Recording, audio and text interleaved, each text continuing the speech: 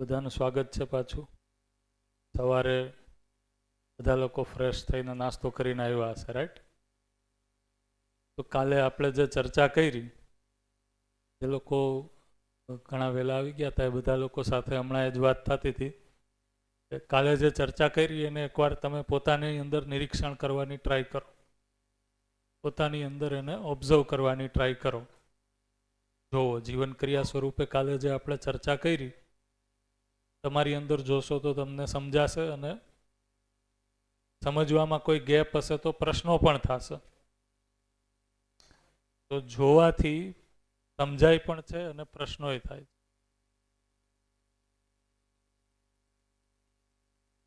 આજે આપણે સત્રની શરૂઆત કરીએ એમાં પહેલા કાલે જે ચર્ચા થઈ બરોબર, એમાં આપણે અહીંયા સાક્ષાત્કાર ક્રિયાને ડિટેલમાં સમજી, તેની ક્રિયાઓને તો બધી લીધી જ, અનુભવ સુધી વાત કરી હતી.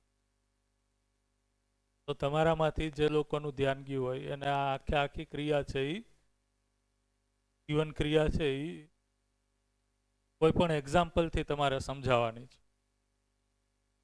અને એમાં કોઈ છે એ ધારો કે ગેપ હશે કે કાંઈ ખૂટતું હશે તો એ એડ કરી દઈશું. પહેલાં તમે ટ્રાય કરો જઈ કે આ વસ્તુ છે એને તમે કઈ રીતના અભિવ્યક્ત કરશો, સમજાવશો બરાબર. એના પછી છે એ એમાં કોઈ મિસ થતું હશે તો એને આપણે એડ કરી દઈશું, પૂરું સમજી લેશું બરાબર. આ કાલે છે એ આપણે આ જ રીતના કર્યું હતું. બપોર પછી જે સેશન હતો એમાં તમારી છે એ પ્રસ્તુતિ લીધી હતી, એટલે પ્રસ્તુતિમાં કોઈ વસ્તુ છે એ મિસ હોય તો એક તો ખ્યાલ આવે. અને અધ્યયન બિંદુ શિબિર છે તો અધ્યયન બિંદુ શિબિરમાં તમારી પણ ઇક્વલી જવાબદારી રહેશે કે આપણે શિબિરને કઈ દિશામાં કેટલી આગળ ડિટેલમાં લઈ જવી, ડીપમાં લઈ જવી. એટલે તમારો પ્રતિભાવ મળતા રહેશે તો વધારે સારી રીતના થઈ શકશે. તમારે કેવું છે ગિરીશભાઈ? સોરી સતીશભાઈ, હાથમાં લીધું છે માઇક. ના ના અહીંયા બરોબર છે, બરોબર. બીજી લાઈનમાં જ છું. ગઈકાલે મારે સાંજે છે ને અમારા સંબંધીને ત્યાં જમવા જવાનું હતું એક પ્રસંગે. તમે વિચારમાં એવું બનાવ્યું હતું કે હું છે ને મારા શરીરના પોષણ યોગ્ય જમીશ, રાઈટ. પણ ત્યાં એવી બધી આઈટમો હતી તો સીધું રુચિમૂલક પર પહોંચી ગયા. એટલે કે પરાવર્તનથી પરાવર્તન જ થઈ ગયું. ત્યાં ઉપર પહોંચ્યું નહીં વૃત્તિ સુધી. અને ત્યાં જ નિર્ણય લઈને 2, 3, 4, 5 કાજુ કતરી ખાઈ ગયા. એકચ્યુઅલમાં એવું થયું હતું? હા થયું એમ? હા. અચ્છા. એટલે ગઈકાલનો પ્રશ્ન એટલે તાજો હતો એટલે જ કહ્યું.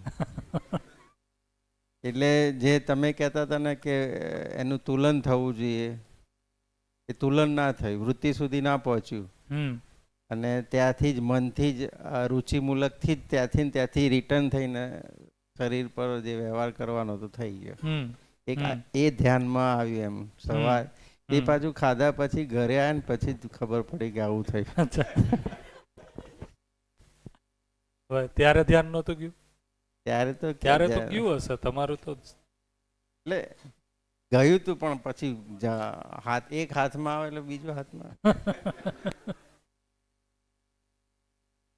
બરોબર. યસ. બીજું કોણ પાછળ આપજો? યસ.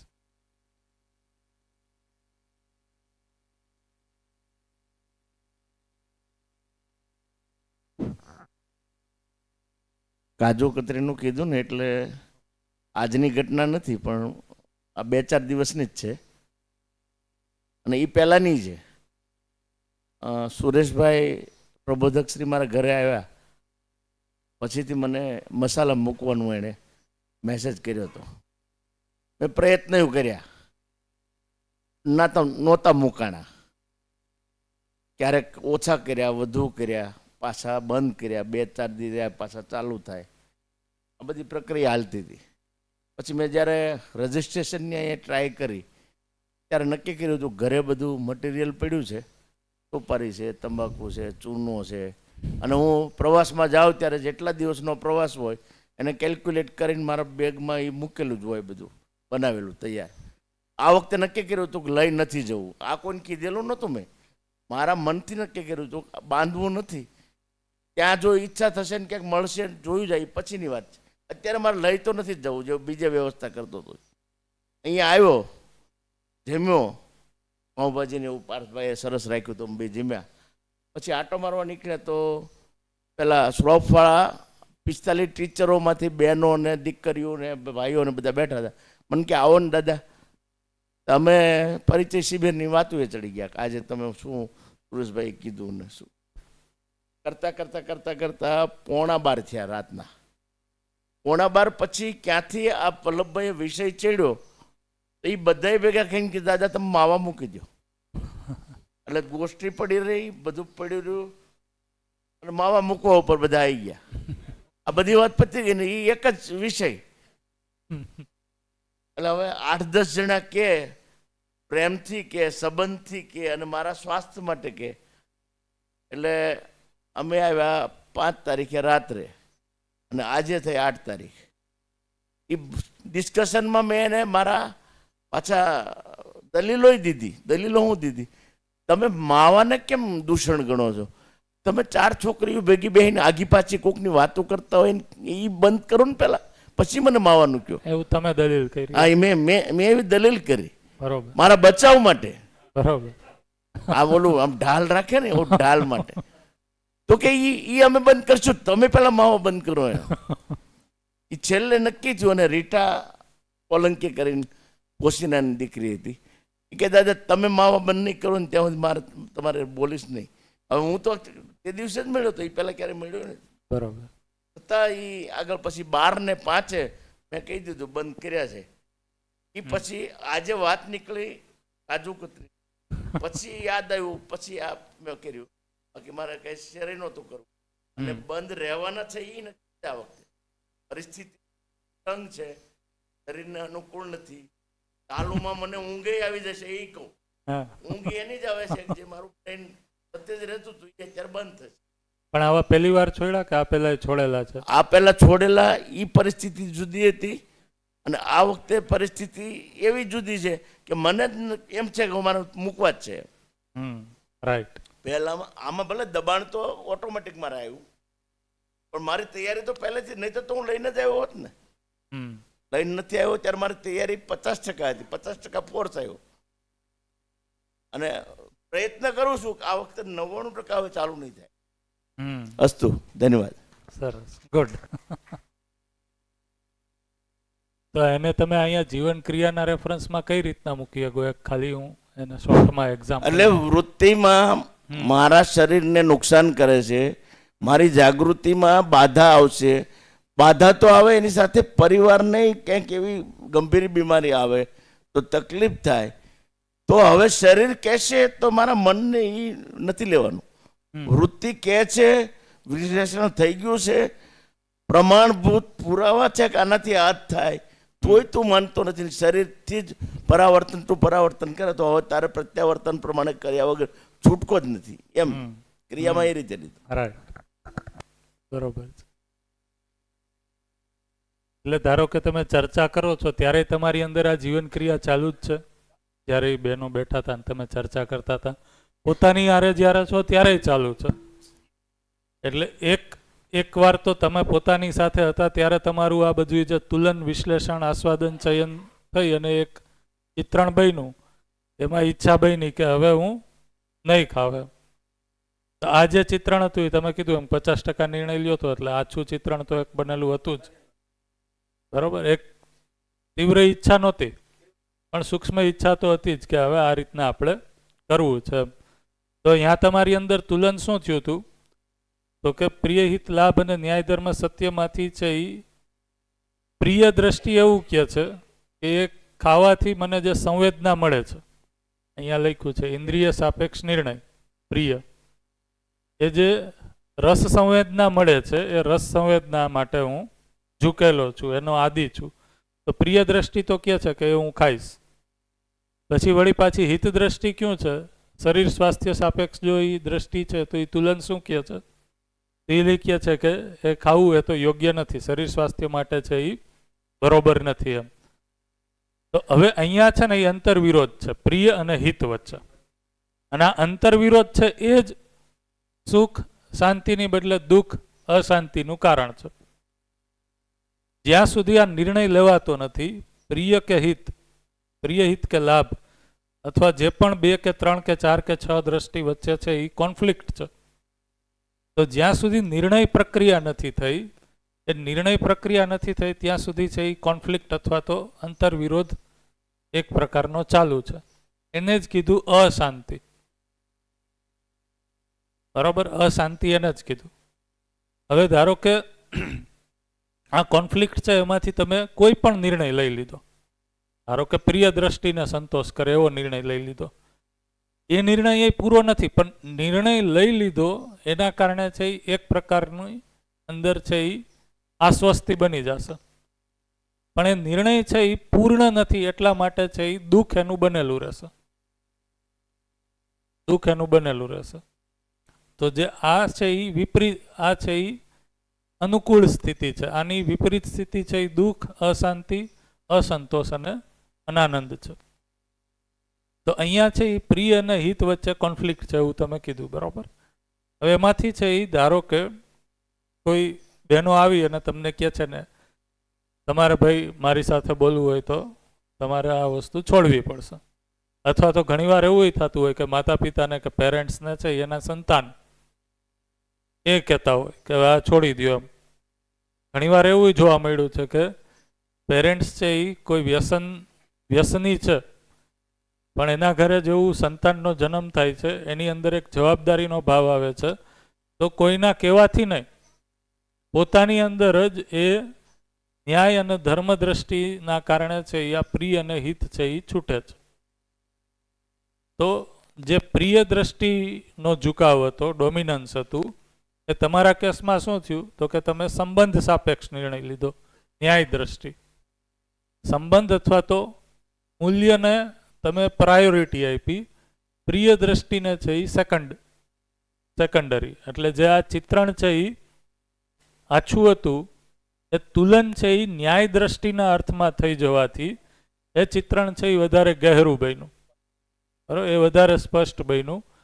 તો આમાં છે એ કઈ કઈ દ્રષ્ટિ છે એ આવી ગઈ, સમાહિત થઈ ગઈ, તો કે પ્રિય દ્રષ્ટિ એ પર્ટિક્યુલર માટે જ્યાંથી આપણને સુખ મળતું હતું એ વિષયમાંથી છે એ નિયંત્રિત થઈ ગઈ અથવા નીકળી ગઈ, અને હિત અને ન્યાય દ્રષ્ટિપૂર્વક મેં એ નિર્ણય લીધો. આજે આપણે જે ચર્ચા કરવાના હતા એમાં એ બે વસ્તુ એડ કરવાના હતા કે જ્યારે આપણે તુલન કરીએ છીએ તો કોઈ એવું ફિક્સ નથી કે કોઈ એક દ્રષ્ટિપૂર્વક જ તુલન થાય છે. આ ખ્યાલ આવે છે? કોઈ બે દ્રષ્ટિ એમાં સમાહિત હોય, 3 હોય, 4 હોય, 5 હોય, 6 હોય, અથવા ખાલી 2 હોય, કોઈ 3 હોય, એ કોમ્બિનેશનમાં પણ તુલન થશે. તો અહીંયા જે તુલન થયું, જે એક્ઝામ્પલ આપ્યું, એમાં હિત અને ન્યાય દ્રષ્ટિ બે સમાહિત છે. કારણ કે આ વ્યસન હોવાથી આપણે એમાં એને તો નિજાત જ કરવાની છે અને પાલન નથી કરવાનું, એટલા માટે એમાં પ્રિય દ્રષ્ટિ સમાહિત નથી. પણ ધારો કે કોઈ ખાવાની વસ્તુ હોય, જે એક્ઝામ્પલ આપ્યું એ પ્રમાણે, તો એમાં એનાથી કોઈ શરીરને એને ખાવાથી ટૂંકમાં કોઈ છે એ નેગેટિવ ઇમ્પેક્ટ તરત જ નથી આવતી, જ્યાં સુધી એક માત્રામાં ખાવામાં આવે ત્યાં સુધી. તો ધારો કે કોઈ લગ્ન પ્રસંગમાં ગયા કે કોઈ સગાને ત્યાં ગયા, તો આપણે છે એ એક નિશ્ચિત, ધારો કે એક વાર ખાઈ શકીએ એમ છીએ. પણ ધારો કે કોઈ સંબંધી છે એ ફોર્સ કરે છે, આગ્રહ કરે છે, તો એ આગ્રહ અથવા તો સંબંધને કે ભાવને હું માન આપું છું, મૂલ્ય આપું છું, એ મૂલ્યવશ છે એ હું નિર્ણય લઉં છું, બરોબર. તો એમાં પ્રિય અને ન્યાય દ્રષ્ટિ બેય સમાહિત છે. પ્રિય દ્રષ્ટિ કારણ કે વસ્તુનું સેવન થાય છે તો ઇન્દ્રિયમૂલક સુખ મળે છે, અને સાથે સાથે સંબંધમાં ભાવપૂર્વક જીવવાની જે અપેક્ષા છે એ અપેક્ષાની એ પૂર્તિ થાય છે. તો એમાં ન્યાય અને પ્રિય આ બે દ્રષ્ટિ સમાહિત છે, અને જ્યાં સુધી એ એક શરીરના પોષણના અર્થમાં માત્રા છે ત્યાં સુધી હિત દ્રષ્ટિ એ છે. તો આ જે નિર્ણય લઉં છું હું, એ પ્રિય, હિત અને ન્યાય આ ત્રણેય દ્રષ્ટિપૂર્વક લઉં છું. હવે ધારો કે એના પછી પાછું બીજી વાર, ધારો કે જમાઈ આવ્યા છે પહેલી વાર ઘરે, અને સાસુ છે એ અથવા સાડી એ આગ્રહ કરે છે, તો પેલા આગ્રહ સુધી તો આ ત્રણેય વસ્તુ છે એ સમાહિત છે. ત્રીજા આગ્રહમાં છે એ સંબંધનો ભાવ એટલો છે કે ના હજી લ્યો જ એમ, તો પહેલી વાર આવ્યા છો એમ થોડું હાલ, આ મીઠાઈ તો છે એ ચોખા ઘીની બનેલી છે, આ તો તમારે ખાવી જ જોઈએ, આનાથી કાંઈ નુકસાન ન થાય એમ. તો હવે ન્યાય એટલે કે સંબંધ, બરોબર, સામેથી જે ભાવ છે એ ભાવ તો છે જ કે આ વસ્તુને આપણે ગ્રહણ કરીએ, પણ તમારા શરીર માટે તમારું એક મૂલ્યાંકન થાય છે કે હવે આને હું નહીં ખાઈ શકું, તો હિત દ્રષ્ટિ એમ કે છે ન ખાવું, પોષણના અર્થમાં હવે નથી. પ્રિય દ્રષ્ટિ છે એ કે છે કે હજી ભાવે તો છે જ, તો ખાઈ લેવામાં કાંઈ વાંધો નથી. ન્યાય દ્રષ્ટિ એમ કે છે કે જો મારે સંબંધ નિર્વાહ કરવો છે, માન સામેવાળાનું રાખવું છે, તો ખાવું. હવે મારી અંદર છે એ પ્રિય, હિત અને અન્યાય ત્રણેય દ્રષ્ટિ છે એ એકબીજા સાથે સામસામે ઊભી છે, અંતરવિરોધ છે અત્યારે, હજી નિર્ણય નથી લીધો. ધારો કે હવે છે એ મારી પોતાની જે આ તુલન પ્રક્રિયા થાય છે એમાં હું નક્કી કરું છું કે હું શરીરના સ્વાસ્થ્યને ધ્યાનમાં રાખીશ, શરીરના સ્વાસ્થ્યને ધ્યાનમાં રાખીશ. તો હવે હું બીજી વાર જે આગ્રહ છે એ બીજી વાર આગ્રહને છે હું શું કરીશ, સંબંધપૂર્વક જે સામેવાળાનો ભાવ છે એ જ ભાવપૂર્વક હું પણ કહીશ કે તમારો જે ભાવની અપેક્ષા છે એ બરોબર છે, પણ એ ભાવને તમે વસ્તુથી જે પૂરી કરવાની ટ્રાય કરો છો કે વસ્તુ છે એ ગ્રહણ કરીશ તો જ છે એ મેં સંબંધનો નિર્વાહ કર્યો, એવું નથી. તો હું તમારા ભાવનું આદર કરું છું, માન રાખું છું, પણ મારા માટે મારી કેપેસિટી જે શરીરની છે અથવા મને જે સમજ પડી છે એ પ્રમાણે આટલું ઠીક છે, આનાથી વધારે હું લઈ શકીશ નહીં. પ્રિય દ્રષ્ટિ તો કે જ છે લઈ લ્યો, પ્રિય દ્રષ્ટિને ઇન્દ્રિયને તો ગમે જ છે, ઇન્દ્રિયને જે રસાસ્વાદનમાં થાય છે એ હજી સ્વીકૃત છે જ, તમારી અંદર એ અરુચિકર નથી થઈ ગયું કાજુ કતરી. પણ હિત દ્રષ્ટિ શું કહે છે, નહીં, શરીર સ્વાસ્થ્ય સાપેક્ષ છે એ નિર્ણય નથી. તો હું આ જે ત્રણ દ્રષ્ટિ વચ્ચે જે નિર્ણય પ્રક્રિયા ચાલુ હતી એમાંથી મેં હિત દ્રષ્ટિને પ્રાધાન્ય આપી, ન્યાય દ્રષ્ટિપૂર્વક. ન્યાય મેં શું કામ, કારણ કે મેં સંવાદપૂર્વક ભાવપૂર્વક વાતચીત કરીને સમજીને સમજાવીને સામેવાળાને એ કન્વે કર્યું કે તમારા ભાવને હું ગ્રહણ કરું છું, તમારો ભાવ છે મારા પ્રત્યે સંબંધ નિર્વાહ માટે, એવો સંબંધ નિર્વાહ છે એ વસ્તુપૂર્વક તમે કરવા માંગો છો, એ ભાવને હું સમજુ છું. તો ન્યાય અને હિત દ્રષ્ટિપૂર્વક છે એ આ વખતે મેં નિર્ણય લીધો, આ રીતના જે કર્યું. આ ખ્યાલ આવ્યો બધાને? કેટલા લોકોને ખ્યાલ આવ્યો? એકવાર હાથ ઊંચો કરો છો જે એક્ઝામ્પલ મૂક્યું એનાથી. આવું પોતાની અંદર થાય છે એ જોઈ શકો છો તમે? ગુડ, આવું થાય છે, રાઈટ.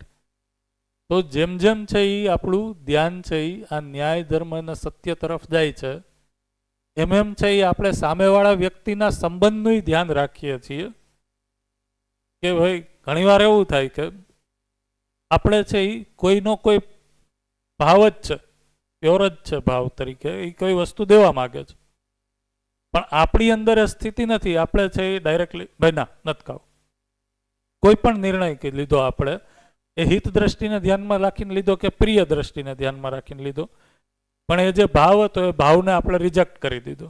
એ રીતના કરીએ છીએ. તો એમાં ખાલી હિત દ્રષ્ટિ કે પ્રિય દ્રષ્ટિ હશે પણ ન્યાય દ્રષ્ટિનો સમાવેશ થતો નથી. તો જ્યારે આપણે પોતાની અંદર એ ભાવ સુનિશ્ચિત કરીએ છીએ, સામેવાળા પ્રત્યેનો સંબંધ જોઈ શકીએ છીએ, ત્યારે આપણે સંવાદપૂર્વક એ જ વસ્તુને છે એ કરીએ છીએ, એક્શન એ જ લેવાય છે, પણ એમાં સામેવાળાની પ્રત્યે ન્યાય દ્રષ્ટિનું તુલન થઈ શકે છે. તો આ રીતના એક કોમ્બિનેશન થઈ શકે, બરોબર. હજી આપણે આને ડિટેલમાં જોશું. આ જે ચર્ચા કરી એમાં કાંઈ પ્રશ્ન થયો? ચાલો બીજા લોકો શેર કરો જોઈએ. કાલની જે ચર્ચા હતી એમાં 2 લોકોએ શેર કર્યું. કાલે જે આપણે આ જીવન ક્રિયા સમજાય એમાં ક્રિયાઓને કઈ રીતના તમે જોઈએ ગયા, શેર કરો. ચાલો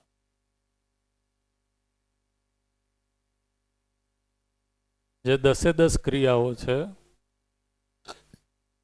કોઈ 10 ક્રિયાઓ સમજાવી શકે તો વધારે સારું.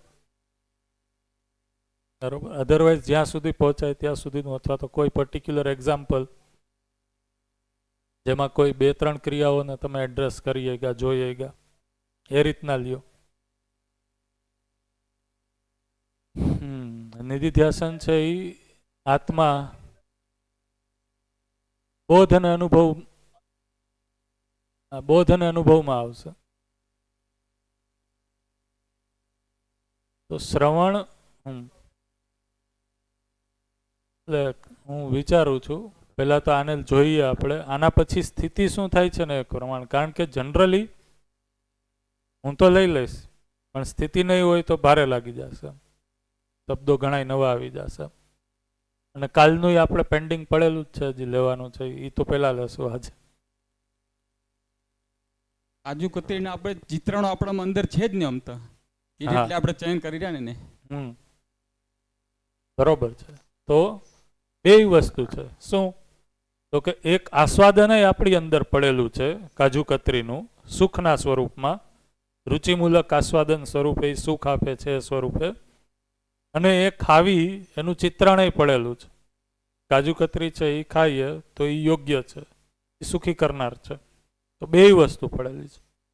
ત્યાંની કાજુ કતરી ખાવી એ ચિત્રણની અંદર ઈચ્છા સ્વરૂપે પડેલું છે, ત્યારે ખાવી એ ઈચ્છા સ્વરૂપે પડેલું છે, ચિત્રણ સ્વરૂપે. અને એ સુખદાયી છે એનું આસ્વાદન બનેલું છે. એવી રીતના છે એ કારેલા છે એ દુઃખદાયી છે એનું આસ્વાદન બનેલું છે. અને ચિત્રણ આપણામાં છે જ ઓલરેડી. એટલે આપણે જે રીતના મોટા થાય છીએ એમાં જે આપણે ડે ટુ ડે લાઈફમાં છે એ એક્સપિરિયન્સ કરીએ છીએ એના આધારે ચિત્રણ બને છે. એક બાળક છે એ કોરી સ્લેટ છે એમ કહે છે, એનો અર્થ શું? કે એની અંદર ચિત્રણો હજી નથી બધા. તો જેમ એ મોટું થાય છે એમ એક્સપિરિયન્સ પૂર્વક છે એ આ ચિત્રણ બને છે. એટલા માટે ચિત્રણની અંદર કીધું કે આ બે ક્રિયાઓ છે, ચિત્રગ્રહણ, ચિત્ર સર્જન. એને આપણે જોશું. પહેલા તમારા તરફથી છે એ આવી જાય થોડુંક. ચાલો કયો જય, તમે કયો પહેલા. આપણે મીઠાઈ પેલી પસંદ કરીએ ગમે તો આપણા ચિત્રણ તો આગળ પડેલ જ છે ને, આ વસ્તુ સારી છે ને, આ છે ને. ચિત્રણ પહેલેથી પડેલા જ છે. એટલા માટે તો આપણે એનું ચયન કરીએ છીએ. બસ પછી ચયન કરીએ કયું લેવું કે કયું ખાવું કે એ પ્રમાણે.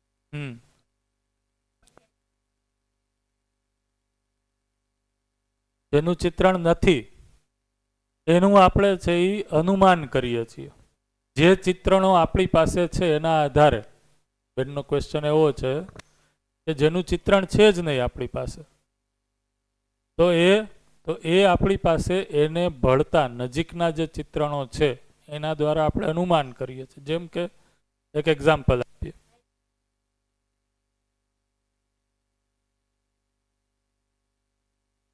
હા, એના રિલેટેડ કોઈ ચિત્રણ ગ્રહણ કરેલા પડેલા જ છે.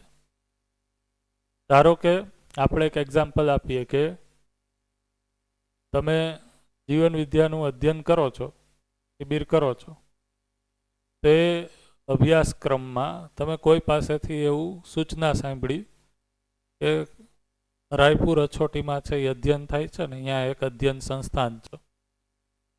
તો તમે રાયપુરનું અધ્યયન સંસ્થાન છે એ જોયેલું છે? ફોટો જોયેલો છે? ઓનલાઈન જોયેલું છે? ક્યાંય જોયેલું નથી. પણ છતાં તમારી અંદર ચિત્રણ બને છે? બને છે. તો એ ચિત્રણ બનવાનો આધાર શું છે? તો કે સંસ્થાન શબ્દ છે એની સાથે મારા કોઈને કોઈ ચિત્રણ છે એ જોડાયેલા છે અત્યાર સુધીમાં. પછી એના કંઈક ડિસ્ક્રિપ્શન મળશે તમને કે રાયપુર આ જે સંસ્થાન છે એ સંસ્થાનમાં આટલા પરિવાર રહે છે, ખેતી કરે છે, ત્યાં 2 હોલ છે, એમાં અધ્યયન ચાલે છે, આટલા ફેમિલી છે એ નાગરાજજી સાથે પહેલેથી જોડાયેલા હતા, એ રહે છે, પતિ પત્ની રહે છે. તો આ બધા જે ડિસ્ક્રિપ્શન છે એના આધારે અને સંસ્થાન કેવું હોય એના આધારે તમારી અંદર છે એ જે પહેલેથી ચિત્ર ગ્રહણ થયેલું છે એના આધારે તમે ચિત્રણ સર્જન કરો છો. આ જે બધા તમને ડિસ્ક્રિપ્શન મળ્યા એ બધા ડિસ્ક્રિપ્શનના આધારે તમે એનું શું કરો છો? તો આ બે કરી અને તમે તુલનપૂર્વક છે નવું ચિત્રણ છે એ સર્જન કરો છો.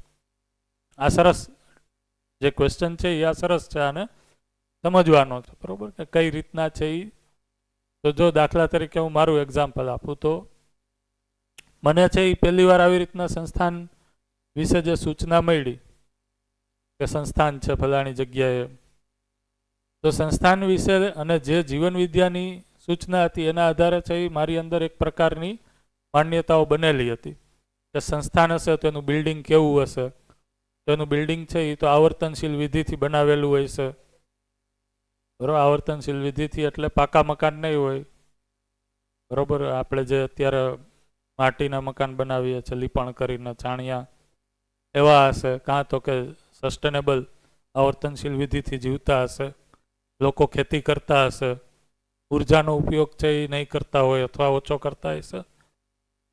તો અત્યાર સુધી જે સંસ્થાનને લઈને મારી માન્યતાઓ હતી, એક્સપિરિયન્સ હતા, સૂચનાઓ જે જીવન વિદ્યાની મળી હતી, એ સૂચનાઓના તુલન વિશ્લેષણ પૂર્વક છે એ મેં એવું ચિત્રણ બનાવ્યું હતું કે સંસ્થાન છે એ કોઈ ગામડાની અંદર જે રીતના ઘર હોય એ પ્રકારનું કોઈ બિલ્ડિંગ વાળું મકાન હશે. ત્યાં અધ્યયન કરતા હોય એટલે શું, તો કે અધ્યયન શબ્દને લઈને મારી કોઈ ચિત્રણ હશે. તમારું સાહેબ શું નામ છે બેટા? હા, કનૈયાલાલ. હા, તો કનૈયાલાલ ભાઈ, મારું કોઈ ચિત્રણ હતું પહેલેથી કે ભાઈ સંસ્થાન એટલે અધ્યયન એટલે, તો પરંપરા સાથે જોડાયેલા આપણા પાસે ચિત્રણો હોય. જનરલી મારી પાસે જે ચિત્રણ ઓલરેડી છે એ કાં આદર્શવાદમાંથી આવે છે કાં ભૌતિકવાદમાંથી આવે છે. તો જ્યારે આપણે જીવન વિદ્યાને સમજીએ તો સૌથી પહેલાં છે એ આપણે એની કમ્પેરિઝન આદર્શવાદ સાથે જ કરીએ. તો એની સાથેના ચિત્રણો હતા. મને એમ લાગ્યું કે સંસ્થાનમાં છે એ આ રીતનું સંસ્થાન હશે, કાચું મકાન હશે, લાકડાનું બનેલું હશે, છત ઉપર હશે, એ પેલી હશે, XYZ. તો આ શું થયું, આ ચિત્ર સર્જન થાય છે. મેં જોયેલું નથી અને હું ચિત્ર સર્જન કરું છું. એક્ઝિસ્ટિંગ મારી પાસે જે ચિત્રણો છે, સૂચનાઓ છે, એના તુલન અને વિશ્લેષણ પૂર્વક હું નવું ચિત્ર બનાવું છું. તો એ રીતના ચિત્ર સર્જન થશે, એ ઈચ્છા બનશે.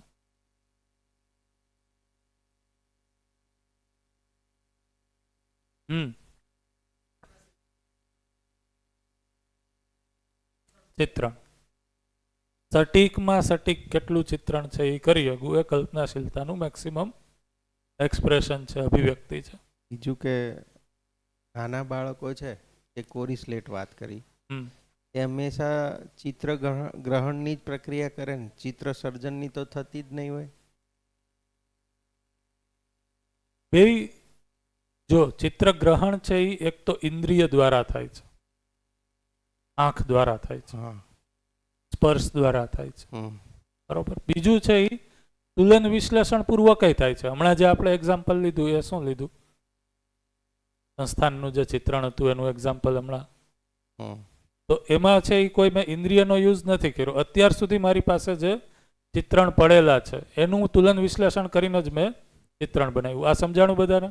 આમનો ક્વેશ્ચન છે એ? ના, પણ હું નાના બાળકનું કહું. હા, હું ત્યાં જ આવું છું.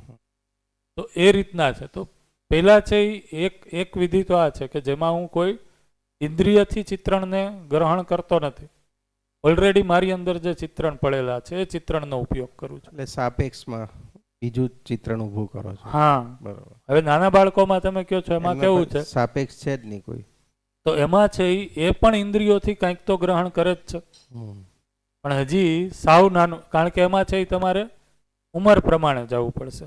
નાના બાળક એટલે કઈ એજનું છે, તો એજ પ્રમાણે ઇન્દ્રિયનો વિકાસ છે. તો સૌથી જે સાવ નાનું બાળક કહીએ, જેમ કે મારા ઘરે અત્યારે છે, તો એ વધારે છે એ સ્પર્શ ઇન્દ્રિયનો યુઝ કરીને પોતાની અંદર અમુક પ્રકારના ચિત્રણો બનાવે છે. હજી એની અંદર છે એ રૂપ ઇન્દ્રિયનો એટલો વિકાસ નથી થયો. એવું કહે છે કે એક એજ સુધી તમે બધા કલર ન જોઈ શકો, આંખ હજી ડેવલપ થતી હોય. તો એના પછી છે એ કલર્સ પ્રત્યે સંવેદનશીલ થાય. મેડિકલ વાળાને વધારે ખબર હશે, એને સ્ટડી આવતું હોય. તો એના પછી છે એ રૂપ ઇન્દ્રિયથી. એટલા માટે એક નેક્સ્ટ સ્ટેજ આવી, એમાં છે એ કલર પ્રત્યેનું આકર્ષણ હોય બાળકમાં. એટલે એ એજ માટે તમે જો બાળકોના છે એ રમકડા જોવો કે પછી એની વસ્તુઓ જોવો એકદમ ચટાકેદાર કલરવાળી હોય બધી, કારણ કે એમાંથી એ શીખે છે. તો એમાં ચિત્રગ્રહણ છે એ ઇન્દ્રિય દ્વારા થાય, ઇન્દ્રિય દ્વારા વધારે થાય છે, કારણ કે તુલન વિશ્લેષણ હજી ડેવલપ નથી થયું. તો એમાં તો છે એ ચિત્રગ્રહણ છે એ ઇન્દ્રિય દ્વારા જ થાય છે. તો એમાં ચિત્ર સર્જન હજી નહીં થાય તુલન વિશ્લેષણ પૂર્વક, ચિત્રગ્રહણ જ થશે ઇન્દ્રિય દ્વારા, ઇન્દ્રિય સંવેદનાઓ દ્વારા. પછી શું થશે તો કે પહેલા છે એ મનના લેવલ ઉપર જીવતું હશે બાળક એના પછીની એજ ગ્રુપમાં. તો એમાં છે એ પ્રધાનતા છે એ મૂલ્યની પહેલા હશે અને રુચિની હશે. તો મૂલ્ય પ્રધાન રુચિ છે એ મનના લેવલ ઉપર એ જીવશે. પછી શું થશે તો કે બ્રેઇનનો વિકાસ છે એ એવું કહે છે સાયન્સ કે 3 વર્ષ સુધીમાં, મેક્સિમમ 3.5 વર્ષ સુધીમાં થઈ જાય. તો હવે બ્રેઇન છે એ જીવનની અંદર આ ક્રિયાઓ તો છે એ ચાલુ જ છે, પણ આ ક્રિયાઓને એક્સપ્રેસ કરી શકે એના માટેનું જે સમૃદ્ધ બ્રેઇન છે એ હવે તૈયાર થઈ ગયું. એટલે ધીમે ધીમે કયા વર્ષ પછી આપણે કહીએ 6 કે 7 વર્ષ પછી છે એ તુલન તર્કનું ડેવલપમેન્ટ થાય છે.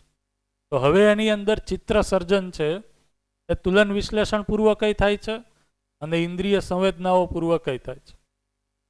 તો આ ક્રમમાં થાય છે. સૌથી પહેલા ચિત્રગ્રહણ, ચિત્ર સર્જન છે એ નહીં, ચિત્રગ્રહણ જ, ઇન્દ્રિય સંવેદનાઓ એ પણ લિમિટેડ. એના પછી છે એ એનું એક્સપ્રેશન વધારે આવ્યું. એના આ એ આખો અલગ વિષય છે. દર્શનની રોશનીમાં બાળક છે એ કઈ રીતના આગળ વધે છે, એનો ગ્રોથ કઈ રીતના થાય છે, ગ્રોથને સમજી અને એ પ્રમાણે એની સાથે કાર્ય વ્યવહાર કરીએ એ એક આખો અલગ સબ્જેક્ટ છે, સાયકોલોજી છે બાળકની. બરાબર. પણ તમને ક્લિયર થયું તમારો જે પ્રશ્ન હતો? એક જ મિનિટ. મૂળ ચિત્ર ગ્રહણ કરે છે, એની જ્યારે એક ક્ષમતા બને છે સાપેક્ષ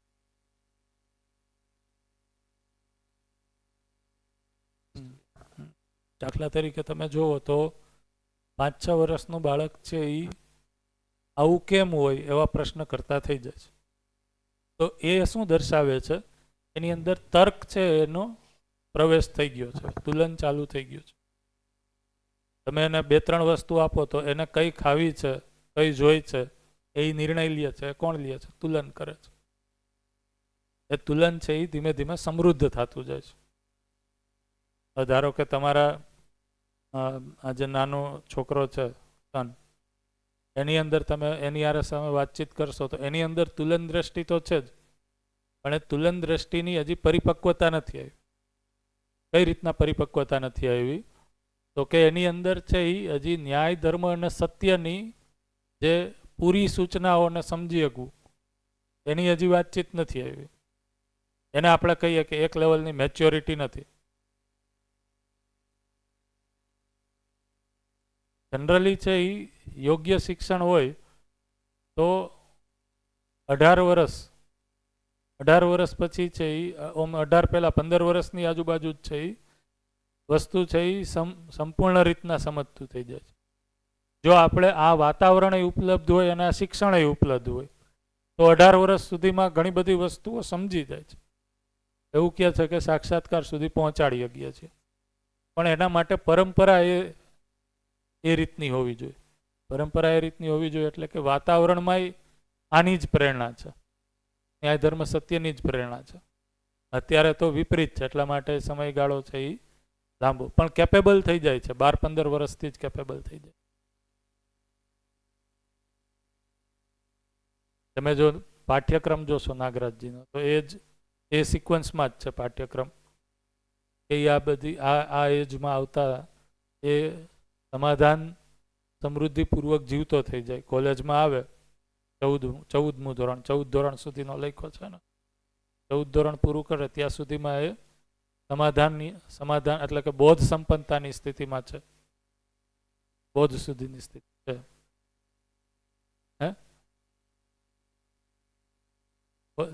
એટલે અભ્યાસક્રમમાં 14મા ધોરણમાં આવે ત્યાં સુધી છે 14માં છે એ બોધ સંપન્નતા. અભ્યાસક્રમ કોઈ બુકમાં નથી, અલગથી ડોક્યુમેન્ટ છે. હા. એ 14મા ધોરણ સુધીની છે. એટલે એ કોઈ ડોક્યુમેન્ટ અલગ કોઈએ બનાવ્યો હોય ખાલી 8 ધોરણ સુધીનો તો એ ખબર નહીં. એ બુક નહીં કહેવું એને, એ વાંગ્મયનો કોઈ પાર્ટ નથી, એ અલગથી ડોક્યુમેન્ટ છે. શિક્ષા સંસ્કાર ઉપરના ડોક્યુમેન્ટ એવા ઘણા છે, ન્યાય સુરક્ષા ઉપરના છે.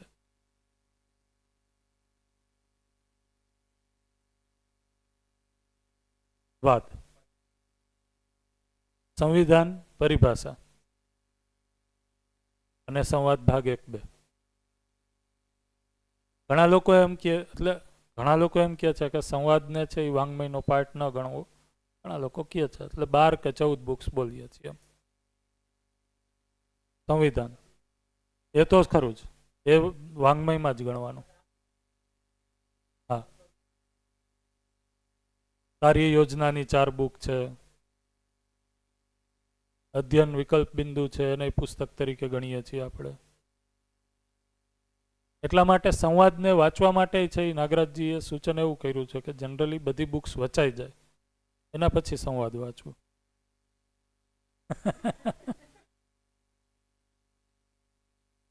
પણ એનો જે એક મેચ્યોર મિનિંગ છે એ આપણે ન લઈ શકીએ સંવાદનો. વાંચી શકશો તમે સંવાદ, વાંચવામાં તમને કોઈ મુશ્કેલી નહીં પડે. ધારો કે તમે 4-5 શિબિર કરી લીધી છે અથવા તો તમારી પહેલેથી સ્થિતિ છે તો એક પરિચય પછી એ વાંચી. પણ સંવાદમાં છે એ ઘણી બધી સૂચનાઓ એ કોન્ટેક્સ્ચ્યુઅલ છે, વ્યક્તિને સેન્ટરમાં રાખીને. હા, આવશે તમને સમજાશે.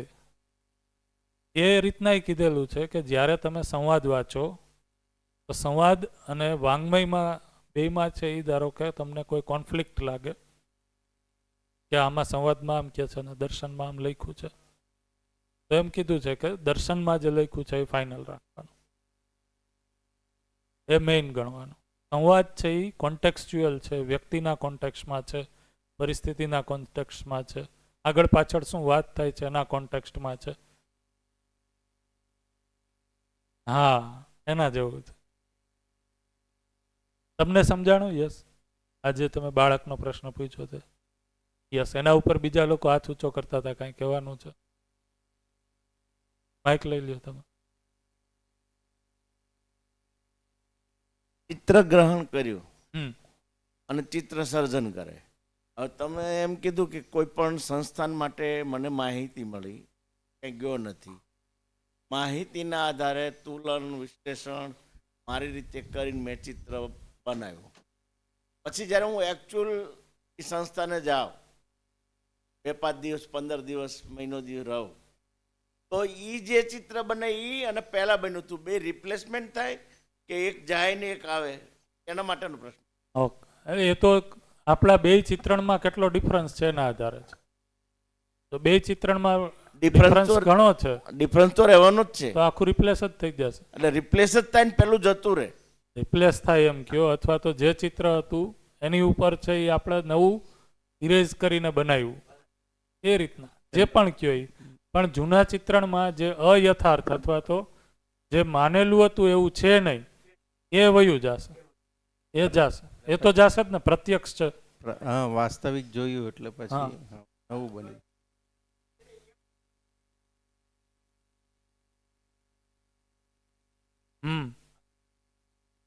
યસ. તો એ માન્યતા છે એ બહુ ઇઝીલી વહી જ જશે. વાસ્તવિકતા એકવાર મેં જોઈ લીધી તો જે અયથાર્થના રૂપમાં માન્યતા છે, ભ્રમના રૂપમાં માન્યતા છે, એ વહી જશે.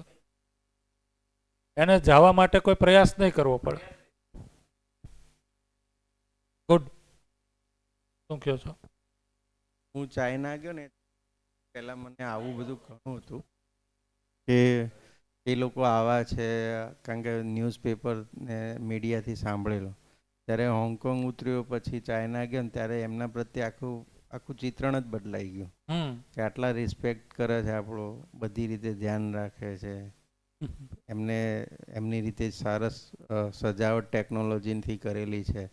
આપણામાં એવું એટલે રિયલ જોયું તો પેલું જે ભ્રમ હતો એ બધો તૂટી ગયો અને નવું ચિત્રણ હવે બની ગયું. રાઈટ. એવી જ રીતના જો આપણે કોઈને શિબિર માટે સૂચના આપીએ તો શિબિર શબ્દને લઈને આપણી અંદર કોઈ માન્યતાઓ પહેલેથી બનેલી. માન્યતાઓ ચિત્રણ હશે. એમાં યોગાભ્યાસ કરી આવશે, ચાલો એકાદી મેટ લઈને જાય, શ્વાસ આમ લેવડાવશે, સવારે વહેલા ઉઠાડશે, વચ્ચે ક્યાંય ઊભા થવા દે નહીં દે, પગ લાંબા નહીં કરવા દે, સુવા નહીં દે, અટેન્ડન્સ લેશે. તો ઘણા જાતના ચિત્રણ છે શિબિર શબ્દની સાથે કોઈ માન્યતાઓ છે એના કારણે બનેલા છે. તો એ જોતા જ છે આપણને શિબિરને લઈને એક આપણું ચિત્રણ સર્જન આપણે કરશું. રાઈટ. જો હવે વ્યક્તિ શિબિરમાં આવે ને જેમ કીધું એમ દાદાએ કે અમુક સમય અહીંયા ગાળે જોવે તો એને ક્લિયર થાય છે કે એ ચિત્રણ જે જૂના જે માનેલા હતા જેમાં છે એ કોઈ ભ્રમ હતો એ ભ્રમ દૂર થઈ જાય છે, નવું ચિત્રણ છે એ સર્જન થાય છે. બોલો યસ ધવલભાઈ. હા, તો અત્યાર સુધી જે વાત થઈ એ પ્રમાણે આપણે જોઈએ તો ધારો કે કોઈ વ્યક્તિ કહે છે, આપણને કંઈ વાત કરે છે કે ભાઈ ચિત્રની તમે વાત કરી સંસ્થામાં જોવા, તો એ અનુમાન મારા અંદર બનાવી લઉં છું. પણ જ્યારે સાક્ષાત જોઉં છું ત્યારે એવું કહી શકાય કે ભાઈ એ વસ્તુનો મને સાક્ષાત્કાર થયો. તો હાલ આપણે શિબિર જે પ્રમાણે સાંભળીએ છીએ કે કોઈ પણ વસ્તુ કન્ટેન્ટ સાંભળીએ છીએ, તો જ્યારે આપણે સાંભળતા હોઈએ છીએ ત્યારે આપણી જૂની માન્યતાઓ આધારે આપણે જોઈન કરી દઈએ છીએ કે આવું હશે. રાઈટ. જ્યાં સુધી આપણે એ વસ્તુ જોઈ નથી કે કેવી છે, કારણ કે એ વસ્તુ રૂપે આપણને દેખાણી નથી. શબ્દથી અર્થ અને અર્થથી વસ્તુ જે આપણે પકડવાનું ટ્રાય કરીએ છીએ હજુ સુધી પકડાતી નથી. એનું કારણ એ જ છે કે કદાચ આપણી માન્યતાઓ એટલી બધી સ્ટ્રોંગ થઈ જાય છે જેના કારણે આપણી જે જોવાની દ્રષ્ટિ છે એ પ્રિયહિત લાભથી આપણે ઉપર નથી જઈ શકતા, અને એના કારણે જ આપણું આસ્વાદન જે ચયન કાર્ય વ્યવહારમાં એ પ્રમાણે થતું હશે. તો કાલે જે આખા દિવસની વાત થઈ તે પ્રમાણે એ વસ્તુ ખ્યાલ આવે છે કે ભાઈ મન વૃત્તિથી ચિત્ત, ચિત્તથી બુદ્ધિ, બુદ્ધિથી આત્મા તરફ જે અનુભવ તરફ ગમન જવાની જે વાત છે, તો એમાં જે વસ્તુ જેવી છે એ વસ્તુ મને દેખાશે ત્યારથી જ સાક્ષાત્કાર થવાની શરૂઆત થશે. તો જ આપણે એ પ્રમાણે ચિત્રણ બનશે, અને એ પ્રમાણે તુલન, એ પ્રમાણે વિશ્લેષણ થશે, અને એ પ્રમાણે કાર્ય વ્યવહારમાં ઓટોમેટિક આવશે. રાઈટ. બીજું કહી શકાય કે સાક્ષાત્કાર એટલે કે જેવું છે તેવું ચિત્રણ બને એને સાક્ષાત્કાર કહેવાય. સાક્ષાત્કાર થશે તો એ જેવી છે એવી વાસ્તવિકતાની ઓળખ એને કીધું સાક્ષાત્કાર. તો એના આધારે જે ચિત્રણ બનશે એ ચિત્રણ છે એ સાક્ષાત્કાર પૂર્વકનું ચિત્રણ છે એમ કહેવાય. રાઈટ. તો ચિત્તની અંદર બે ક્રિયાઓ છે, સાક્ષાત્કાર અને ચિત્રણ. તો જ્યાં સુધી સાક્ષાત્કાર નથી ત્યાં સુધી છે એ તુલનપૂર્વક ચિત્રણ કરીએ છીએ. સાક્ષાત્કાર છે એટલે અત્યારે તમે કીધું એ પ્રમાણે હવે સાક્ષાત્કાર પૂર્વક ચિંતન થાય છે. રાઈટ. તો અત્યારે 4.5 ક્રિયામાં મારી પાસે ચિત્રણ કરવાનો આધાર શું છે? તુલન. માન્યતાઓ છે એ કેના આધારે બની છે? તુલનના આધારે. તો 4.5 ક્રિયામાં મારી પાસે જે ટૂલ છે એ તુલન છે ચિત્રણ કરવા માટેનું. ઇવન સાક્ષાત્કાર વસ્તુ શું છે એને સમજવા માટેનું ટૂલ મારી પાસે શું છે? તુલન જ છે. સાક્ષાત્કારને સમજવા માટેનું ટૂલ 4.5 ક્રિયામાં અત્યારે કયું છે મારી પાસે? તુલન. કારણ કે સાક્ષાત્કાર એ નિરંતર વસ્તુઓનો થાય છે. નિરંતર વસ્તુ છે એનો એક ભાગ છે એ ન્યાય ધર્મ સત્ય રૂપે તુલનની અંદર જ પડેલો છે. ન્યાય ધર્મ સત્યપૂર્વક જીવવાનું માનવને, માનવ જાતિને સ્વીકાર થાય છે. તો એ નિરંતર વસ્તુ થઈ ને. ન્યાયપૂર્વક જીવવાનું તમને સ્વીકાર થાય છે, તમને થાય છે, તમને થાય છે, બધાને થાય છે. એનો અર્થ શું થયો? એ નિરંતર વાસ્તવિકતા. તો તુલનની અંદર જ તુલન જ એ ટૂલ છે જે સાક્ષાત્કાર માટેના દ્વાર ખોલવા માટે આપણી પાસે ટૂલ સ્વરૂપે અત્યારે છે. તો અધ્યયન બિંદુ શિબિરમાં એ નિષ્કર્ષ નીકળી જાય જીવન ક્રિયાને સમજાપૂર્વક કે હવે મારું હું તુલન છે એ ન્યાય ધર્મ સત્ય દ્રષ્ટિને પ્રાથમિકતામાં રાખીને કરીશ તો એ અધ્યયન બિંદુની સફળતા.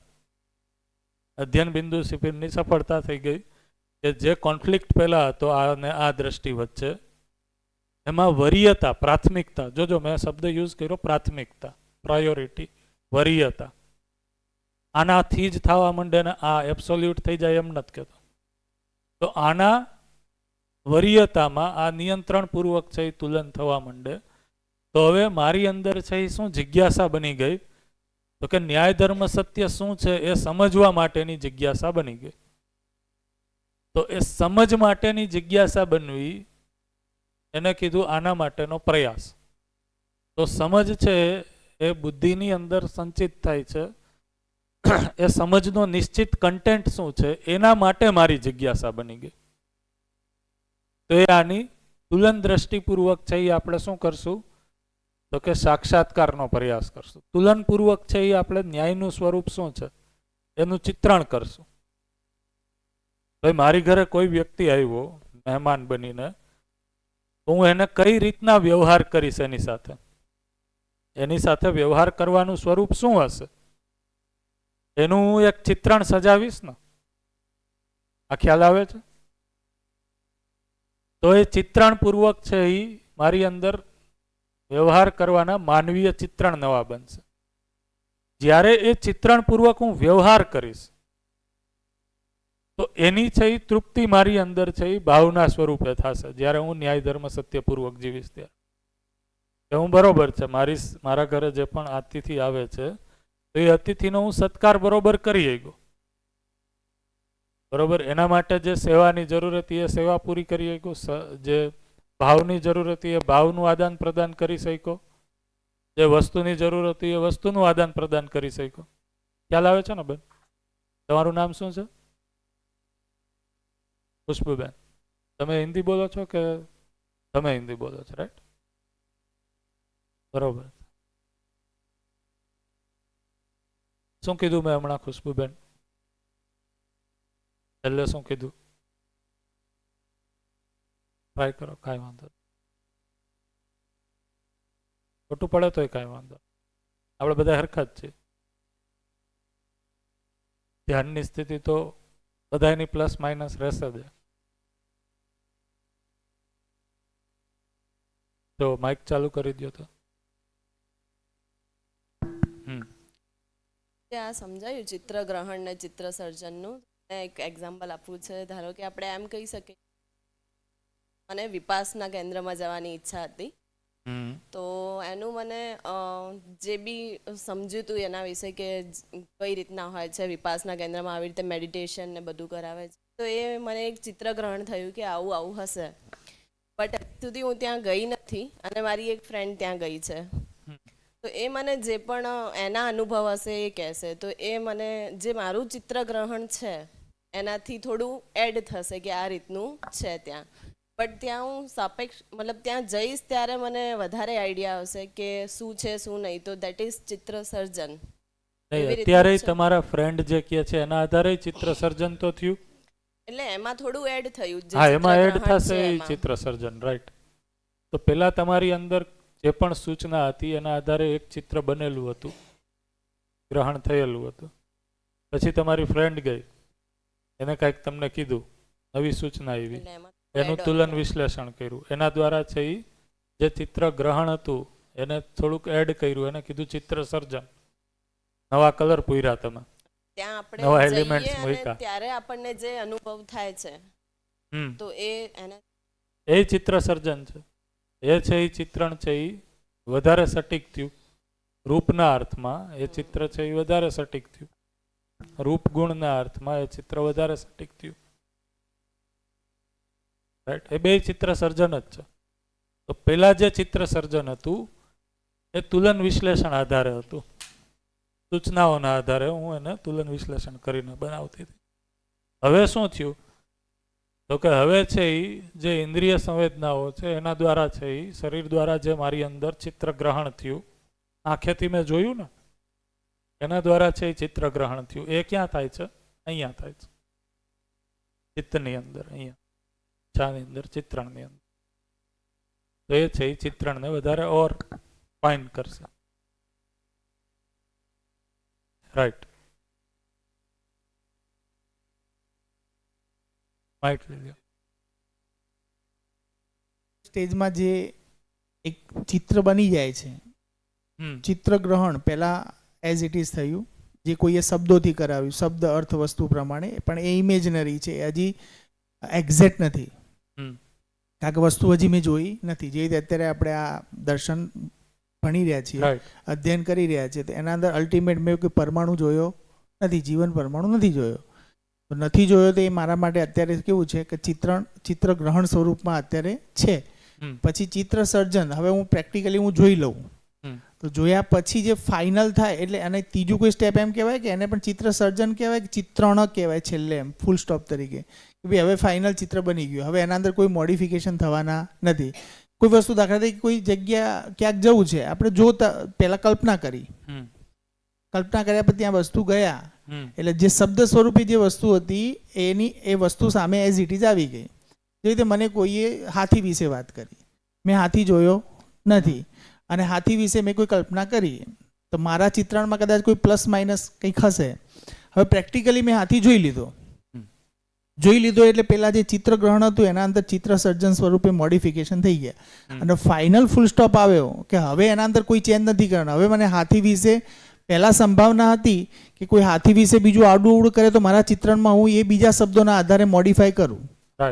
જે રીતે એક પ્રબોધકે કોઈ એક વ્યાખ્યા કીધી, બીજા પ્રબોધકે કઈ વ્યાખ્યા કરી, તો એ પ્રમાણે મેં એના અંદર મોડિફિકેશન કર્યા.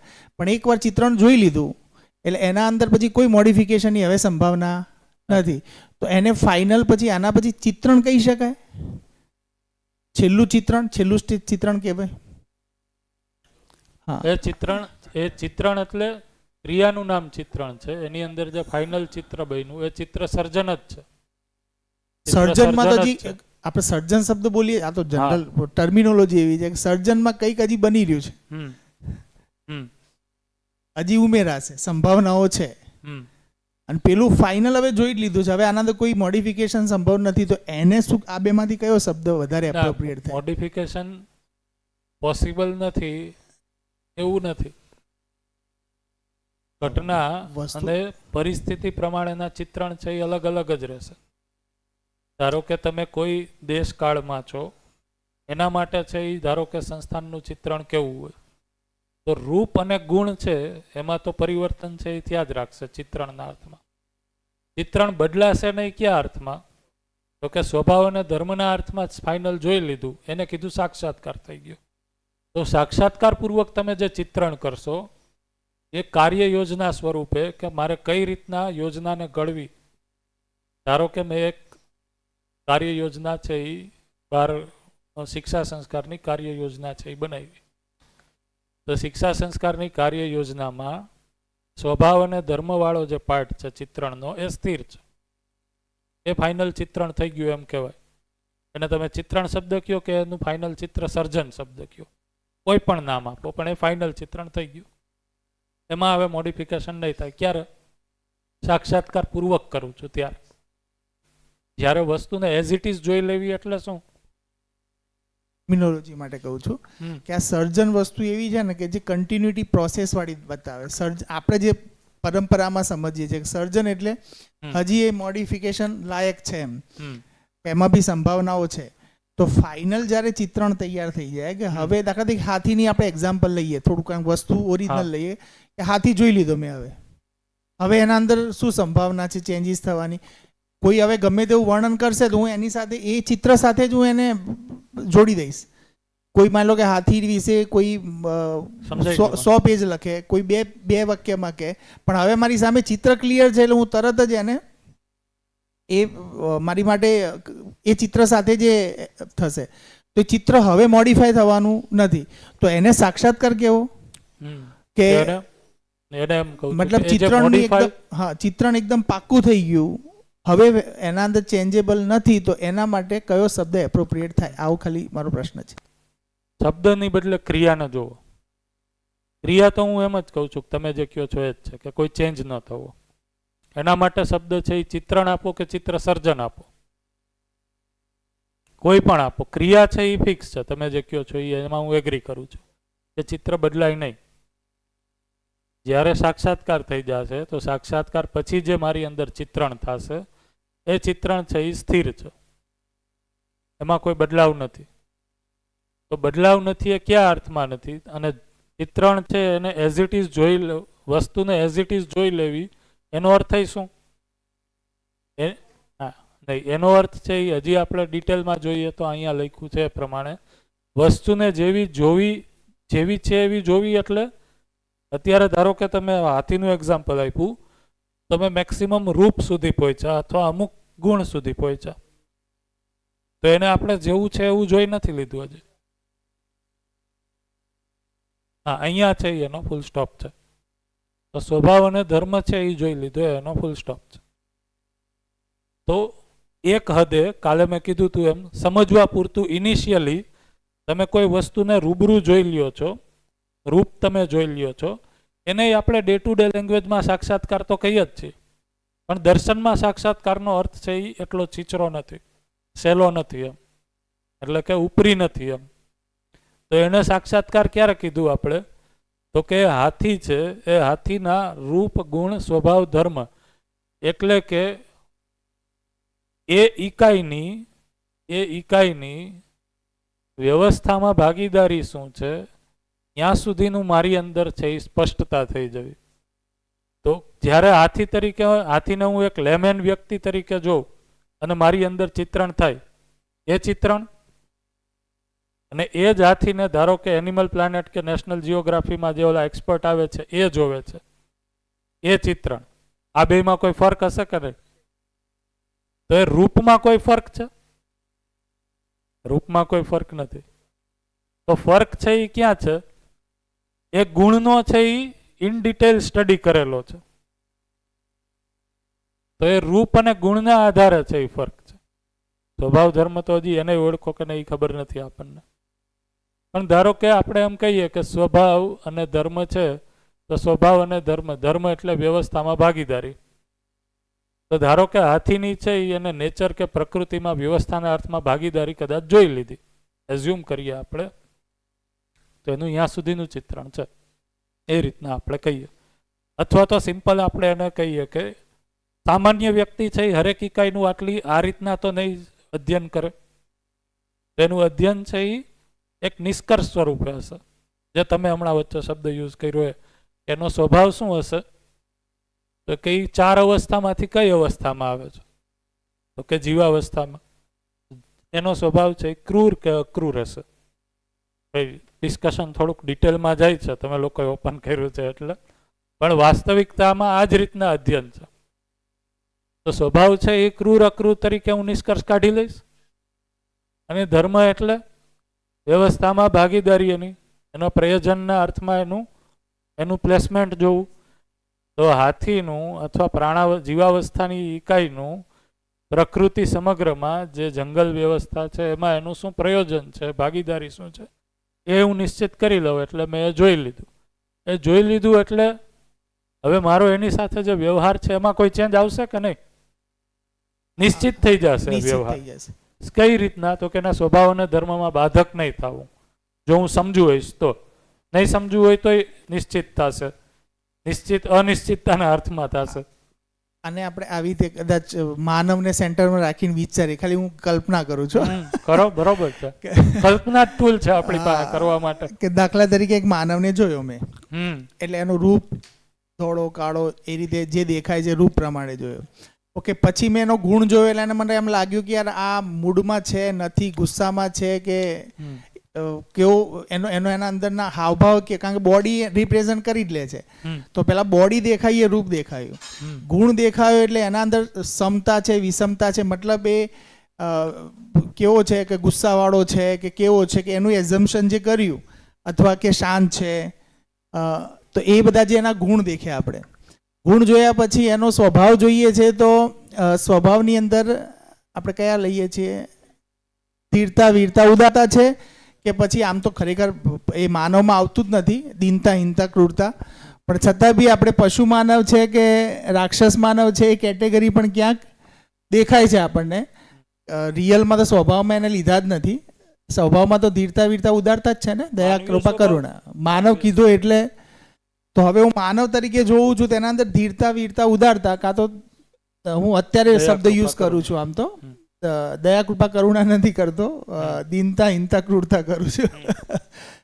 અને પછી મને આના ધર્મની ખબર પડે છે કે યાર એ પોતે બી સુખી થવા માગે છે, કારણ કે સુખની આશા સાથે બનેલો છે, અને બીજાને પણ સુખી કરવા માગે છે.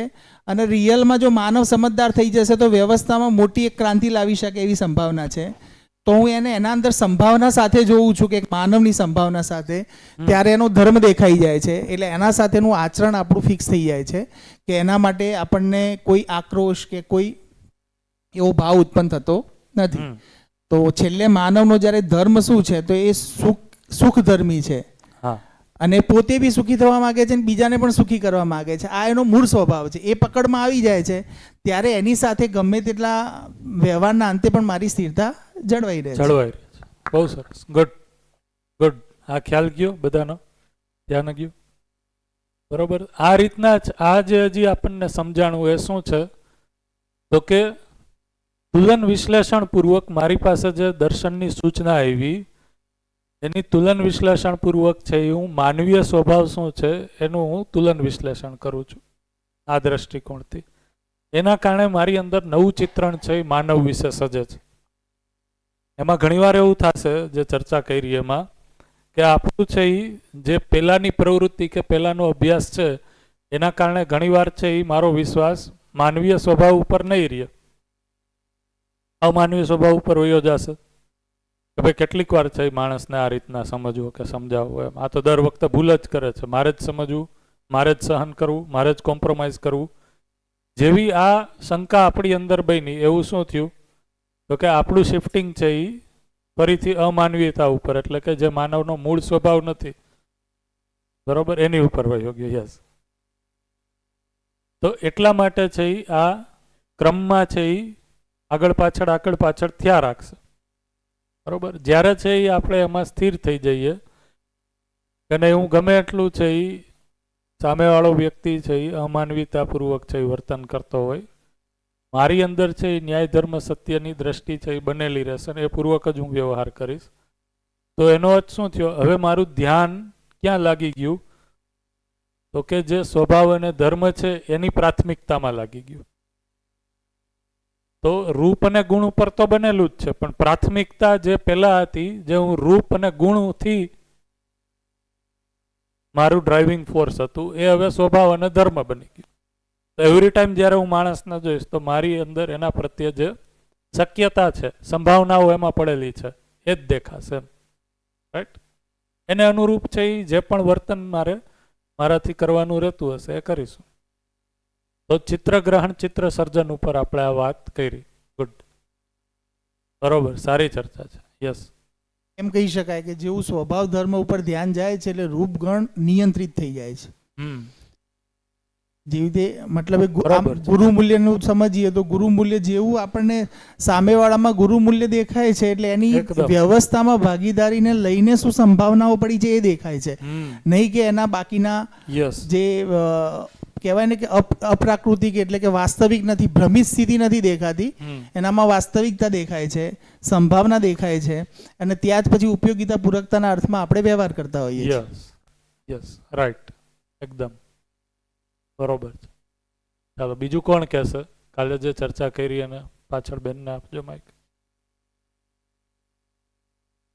જ્યાં સુધી આપણે એક હું ઉદાહરણ આપું કે આપણા કરતા ઉપરી હોય એના જોડે અત્યારે જે ઉદાહરણ આપો એ તો આપજો જ, પણ પછી તમારે જીવન ક્રિયામાં કઈ રીતના સમજાણું એ 10 ક્રિયા સુધી એ સમજાવવાની ટ્રાય કરો. અત્યાર સુધી આપણે 4.5 ક્રિયાઓમાં જ જીવતા હતા, એટલે કે પ્રિય, હિત અને લાભથી જ આપણે કંઈ પણ વિચારતા હતા, અને ચિત્રણ બનાવી અને એનું તુલન કરી, વિશ્લેષણ કરી, અને પછી આસ્વાદન એટલે કે 3 છે રુચિમૂલક, જેમાં ક્ષણિક સુખ હોય, મૂલ્યમૂલક એટલે કે સંબંધ કે જેમાં થોડું વધારે હોય, અને જો લક્ષ્ય હોય તો કે નિરંતર સુખ મળે, અને પછી એ પ્રમાણે આપણે ચયન કરતા હતા, એટલે કે કાર્ય અને વ્યવહાર કરતા હતા.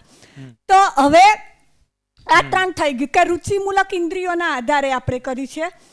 કોઈ પણ આપણે ચિત્રણ બનાવ્યું, સમજો કે આપણા રુચિના આધારે બનાવ્યું,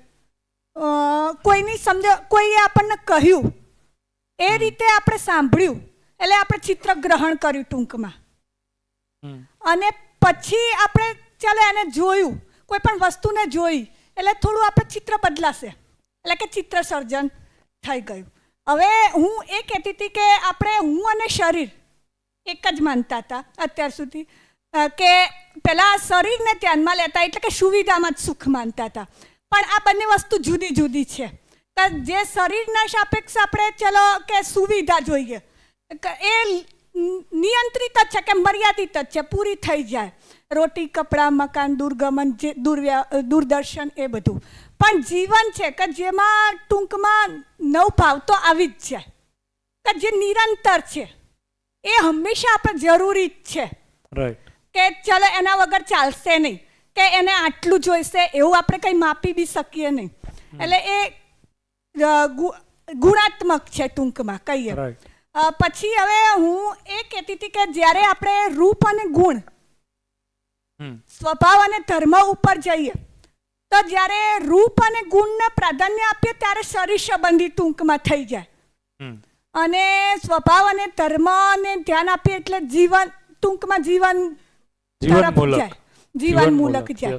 એટલે હવે આપણે એ અત્યાર સુધી તો આપણે એવું જ કરતા કે આપણાથી ઉપરી હોય એના જોડે આપણો વ્યવહાર, એટલે કે પશુ માનવ જેવો, અને આપણાથી નીચા હોતા નીચે જે પોસ્ટ ઉપર કામ કરે એના જોડે વ્યવહાર ટૂંકમાં કેવો રાક્ષસ માણસ જેવો હતો.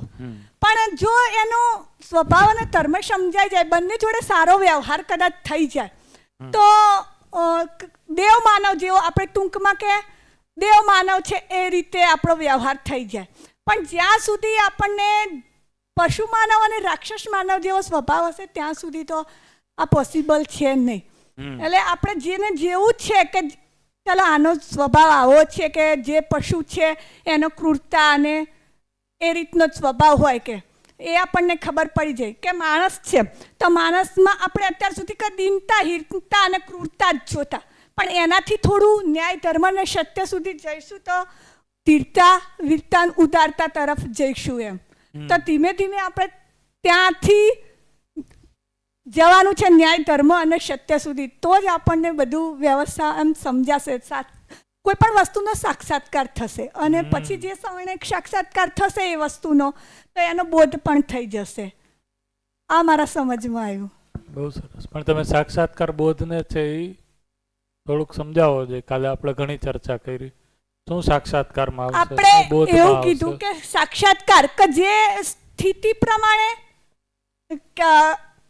ક્યારે પણ એમ બદલાય નહીં, એમ કે જે વસ્તુ જેવી છે આપણને ખબર છે કે પશુ માનવ તો કે એનો સ્વભાવ છે ક્રૂર ને અક્રૂર, વનસ્પતિ છે તો કે સારક ને તારક, મતલબ એક સારી હોઈ શકે અને ખરાબ, એમ કે એના ચણોઠી છે તો કે એના પાન આપણે ખાઈએ તો સારક છે, અને એમના પેલા એના બીજ ખાઈએ તો એ આપણા ઉપયોગી નથી, એમ કે એનાથી આપણને કંઈક એમાં છે પશુ માનવનો સાક્ષાત્કાર નહીં થાય.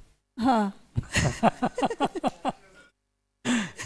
એ અહીંયા નીચે 4.5 ક્રિયામાં સમીક્ષિત થઈ જાય, સાક્ષાત્કાર થઈ માનવનો થશે. માનવ, કારણ કે પશુ માનવનો જે તમે કીધું હીનતા છે, દીનતા છે, ક્રૂરતા છે, એ વસ્તુ છે એ કોઈ નિરંતર સાર્વભૌમિક સાર્વકાલિક તથ્ય નથી માનવ માટે. માનવ બરોબર, એ જીવાવસ્થા માટે છે, જીવાવસ્થા માટે દીનતા હીનતા ક્રૂરતા એના માટે એ વસ્તુ છે એ અને એમાં આવશે. બરોબર. બાકી જે તમે કીધું ચણોઠી આ એ બધું રાઈટ, કરેક્ટ, કન્ટિન્યુ. એટલે બાકી 3 અવસ્થાઓ તો એકબીજા સાથે પૂરક જ છે. જે સમજવાનું છે ટૂંકમાં આપણે જ સમજવાનું છે, અને એમની સાથે એ રીતેનો વ્યવહાર બી કરવાનો છે. તમે ચાલુ રાખો છો, હું વચ્ચે બોલ્યો એમાં તમારી લિંક તૂટી ગઈ. સાક્ષાત્કારમાં જે વસ્તુ કીધું કે જેવી છે એવી સમજાશે, એમાં તમે ચણોટી, પછી બોધમાં શું આવશે એનું, બુદ્ધિમાં બોધ થશે, એટલે કે આપણે એમ સમજ આવી જશે એના વિશેની કે આવું છે. રાઈટ. પછી એનો સંકલ્પ, હા સંકલ્પ લઈશ, અને પછી અનુભવ થશે અને એ પ્રમાણે આપણે આચરણ કરશું. બરોબર. ગુડ ગુડ, સરસ. તમારું નામ શું બેન? દીપિકાબેન. સરસ, ગુડ ટ્રાય, ગુડ, બહુ સરસ. દીપિકાબેન છે ને મહેશબેન ઓવરટેક કરી રહ્યા. ખૂબ સારું, કારણ કે ખૂબ સરસ ધ્યાન ગઈ છે. હું એમ કહેતો હતો આ સાક્ષાત્કાર જે ખરું હા એ એમ કહી શકાય કે જે ટુકડે ટુકડે થાય છે સાક્ષાત્કાર હમ અને પૂર્ણ થઈ જાય બોધ. હમ મતલબ એક એક વસ્તુનો જે સાક્ષાત્કાર થાય મતલબ કે ધર્મ સુધીની દ્રષ્ટિ ડેવલપ થાય. હમ મતલબ કે કોઈ પદાર્થને જોઈએ, સપોઝ આપણે હાથીવાળું ઉદાહરણ જ લઈએ તો હાથીને એના ધર્મ સુધીથી આપણે જોઈ લીધો. હમ તો હવે હાથી જેવો મને હાથીનો સાક્ષાત્કાર થયો એમ કહેવાય, કારણ કે એની વ્યવસ્થા સુધીથી મતલબ એ જે કડી બનાવેલી છે નેચરે, હમ એક આખી સાયકલ છે ને કે ભાઈ હાથીનો પણ કોઈ રોલ છે કે હાથી છે પછી એ હોવાના કારણે જંગલનું વધારે ઘાસ ઉત્પન્ન થઈ જાય છે અને ખાઈ લે છે તો વધારે ઘાસ એ પ્રમાણે વધી નથી જતું કે એવી કોઈ એક એવી વ્યવસ્થાનો ભાગ છે. Right. એના માટે એક શબ્દ અહીંયા લખી નાખું, પ્રયોજન. હા તો હરેક એકમ છે એનું પ્રયોજન છે એ જોઈ લેવું. બરાબર. એ જે તમે કીધું એ જે ડિસ્ક્રાઇબ કર્યું એ એની વ્યવસ્થામાં ભાગીદારીના અર્થમાં પ્રયોજન છે. પ્રયોજન છે એ ધ્યાન આવી જવું, એ ધ્યાનમાં. રાઈટ. એટલે એ વસ્તુ દેખાઈ ગયેલા એનો મતલબ કે એ પ્રાણીનો સાક્ષાત્કાર થઈ ગયો. હવે એ પ્રાણી પ્રમાણે મારું ધ્યાન ધીમે ધીમે ગયું કે બધા શાકાહારી જેટલા પણ પ્રાણીઓ છે ક્યાંક ને ક્યાંક, જે રીતે હરણ, તો હરણ એટલા માટે છે કે ઘાસ નિયંત્રિત થાય અને હરણની સંખ્યા વધારે અનિયંત્રિત ના થાય એના માટે કોઈ વાઘ છે. તો એવી રીતે આખી જે કડી છે કડીની સાયકલ ક્લિયર થઈ ગઈ. એટલે એ વસ્તુ મને જીવ અવસ્થાને લઈને કે એ કોઈ પર્ટિક્યુલર પ્રાણીને લઈને એ સાક્ષાત્કાર થયો અને એ સ્ટોર થઈ ગયો બોધમાં. બરાબર. તો આવી રીતે એક એક વસ્તુનો સાક્ષાત્કાર થશે એટલે અલ્ટિમેટ છેલ્લે તો કન્ક્લુઝનમાં 4 અવસ્થાઓ જ આવશે, પદાર્થ, પ્રાણ, જીવ અને કારણ કે એની બહાર તો કંઈ છે જ નહીં અને એક એના બહાર જે છે એ વ્યાપક છે. તો વ્યાપકની અંદર આ 4 અવસ્થાઓ જે ખરી એ ઇકાઈઓ એની અંદર રહેવા માત્રથી ઉર્જિત છે અને એક સતત એક ઉત્સવશીલતાની સાથે નવું ને નવું કંઈક ને કંઈક સર્જન થયા કરે છે. રાઈટ. તો એ અર્થમાં જ્યારે વસ્તુ દેખાઈ જાય એટલે એ બોધ થઈ ગયો ને. એટલે સાક્ષાત્કાર ટુકડે ટુકડે થશે અને ટુકડા બધા ભેગા થઈને જે રીતે અમે વિકલન કહીએ છીએ, વિકલન સંકલનના ફોર્મમાં, તો એક સંકલિત થઈ ગઈ જ્યારે બધી જ સાક્ષાત્કાર એટલે બોધ થઈ ગયો, એ રીતે કહી શકાય. એને આપણે હવે જોઈએ એટલા માટે જ મેં એક અવધારણા શબ્દને આજે ઇન્ટ્રોડ્યુસ કર્યો અહીંયા.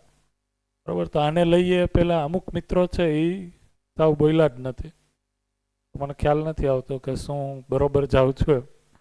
બધા લોકોને સમજાય છે કે નહીં ખ્યાલ આવે એના માટે. તો એક તો તમે પાછળથી હમણાં આવ્યા ભાઈ, તમારું નામ શું છે? માઇક તમારી સુધી પહોંચાડો. બરાબર. કારણ કે બધા લોકોને ઉપયોગી તો થવું જોઈએ ને આપણું ચર્ચા છે, ખાલી ગિરીશભાઈ માટે તો આપણે શિબિર નથી કરી. બરાબર. હેલો, તમારું નામ શું છે એ પહેલા? ભાવેશ ઠક્કર. બરાબર. તમે સ્કૂલમાં જ છો અહીંયા? હા હા. ઓકે. તો તમને આપણે જે આજ સુધી ચર્ચા કરી એના ઉપરથી જે પણ સમજાણું હોય, ન સમજાણું હોય એ વાત કરો. પોઝિટિવ, નેગેટિવ, જે પણ તમારું ધ્યાન ગયું હોય, કોઈ તમારી વિશેષ અપેક્ષા હોય તો એ કહો. હમણાં સુધી એવું ધ્યાન ગયું છે કે 4.5 ક્રિયા છે, બરાબર. એ ચિત્રણ થાય, તુલન થાય, વિશ્લેષણ કરીએ, આસ્વાદન, ચયન અને વ્યવહારને કાર્ય કરીએ, બરાબર. એટલું ધ્યાન એ રીતે ગયું છે અને હવે આપણે ઉપરની સ્થિતિ તરફ ગતિ કરવાની છે અને સાક્ષાત્કાર કરવાનો છે દરેક એક વસ્તુનો અને એને અનુભવમાં લાવીને એ રીતે આગળ આપણે સ્થિર કરવાનું છે. વેરી ગુડ, સરસ. શું નામ કીધું? ભાવેશ. ભાવેશભાઈ. તો ભાવેશભાઈ તમે ખાલી કોઈ એક્ઝામ્પલ આપી શકો કે એક્ઝામ્પલમાં તમારી જ લાઈફ સાથે જોડાયેલું છે, એમાં તમે શું ચિત્રણ, તુલન, વિશ્લેષણ, આસ્વાદન, ચયન કરી અને કાર્ય વ્યવહાર કર્યો. બરાબર. ગલતી ભૂલ થાય એ કોઈ પ્રોબ્લેમ નથી, પણ તમને ક્યાં સુધી ખ્યાલ આવે છે મને ખ્યાલ આવે એટલા માટે તમે કયો. એક્ઝામ્પલમાં એવું કહી શકીએ કે કોઈ ગુલાબજામુન કે રસગુલ્લા વચ્ચે કોઈ બને તો તમારી લાઈફમાંથી છે સીધું એક્ઝામ્પલ આપો, જે આ નજીકનો જ કોઈ રિસન્ટ એક્સપિરિયન્સ હોય. વિચારવું પડે તોય વાંધો નહીં, આપણે વિચારીએ આરામથી. તો એ વધારે રિયલ હશે તો આપણે વધારે સમજવાની નજીક આવી શકશું. એક એ પ્રશ્ન તમે પોતાની જાતને પૂછો કે આ સમજવાની આટલી જરૂર છે કે નહીં, આટલું સૂક્ષ્મતા છે એની જરૂર છે કે નહીં, મારી અંદર આ વસ્તુ ચાલે છે કે નહીં, એને હું તપાસી શકું છું કે નહીં, એને હું તપાસું છું, ચાલે છે, જોઉં છું, એના કારણે જીવવામાં કોઈ સટીકતા આવે છે કે નહીં, ઉપયોગિતા એની કોઈ બને છે કે નહીં, કે પછી છે એ આ અનાવશ્યક લાગે છે? આવશ્યક તો છે જ જીવનના દરેક પહેલું પર. જેમ કે કાલે કોઈ એવી વસ્તુ હતી ઓઇલી વસ્તુ ખાવાની, તો એ ખાવી કે ના ખાવી તે આપણે તુલન કરીએ કે આપણા બોડી માટે કેવી છે, ખરે બરોબર. એનો સ્વાદ ને બધું વિચારીએ તો સારું લાગે, પણ આપણે થોડા આગળ જઈએ, વિચારીએ આપણા બોડી માટે તો કે સારું છે કે નથી, તો એનું ચયન કર્યું ને પછી ના ખાધી વસ્તુ. Right right right. Good good, very good, સરસ. હજી તમારે કાંઈ શેર કરવું છે? તમારે બે સ્વેચ્છાએ, વડીલો માટે સ્વેચ્છા નહીં? Okay okay. કાલે જે આપણે ચર્ચા કરી એને લઈને હજી કોઈને કાંઈ પણ કહેવું છે? પછી આપણે જે પ્રશ્ન હતા એ પ્રશ્નને જ સ્ટાર્ટ કરીએ, જે હમણાં ગિરીશભાઈએ રાખ્યો એ પ્રશ્નને. અને કાલે અમુક આપણે વસ્તુ સમજવાની બાકી હતી એ લઈએ. પણ પેલા કાલનું છે એ એકાઉન્ટ અત્યાર સુધી જે વસ્તુ કરી એને બરાબર 0-0 એ લઈ આવી, અત્યારે સેટ કરી નાખી. જોવો જોઈએ, વિચારી જોવો જોઈએ કાલે જે આપણે ચર્ચા કરી એમાં કોઈને કાંઈ પણ શેર કરવું હોય અથવા કોઈ ક્વેશ્ચન હોય. ખાસ કરીને કોઈ વસ્તુ શેર કરવી છે તો એ પહેલાં લઈ લઈએ, પછી ક્વેશ્ચન તો 1 by 1 આપણે લેશું જ.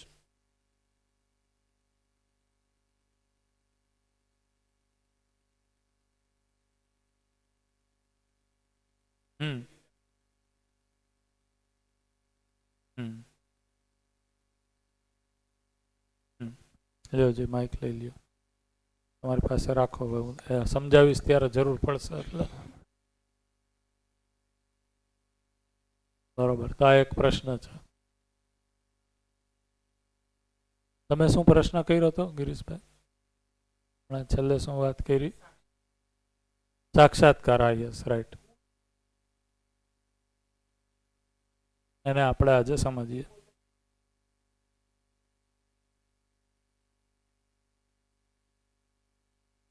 બરોબર છે, એ તો જોઈએ આપણે હવે. તો પેલા તો તમે જે પૂછ્યું વિનોદભાઈ ને નામ, વિનોદભાઈએ જે પૂછ્યું છે કે ધારો કે મારે ગાડી લેવી જ, કાર, તો એ અહીંયા હરેક ક્રિયામાં કઈ રીતના આગળ વધશે? તો એક્ઝેક્ટલી કેમ થાય છે એ તો તમારી અંદર તમે જ જોઈ શકશો. હું એનું એક વેરિએશન, 2 વેરિએશન કહી શકું કોમન જે થતા હોય એમ.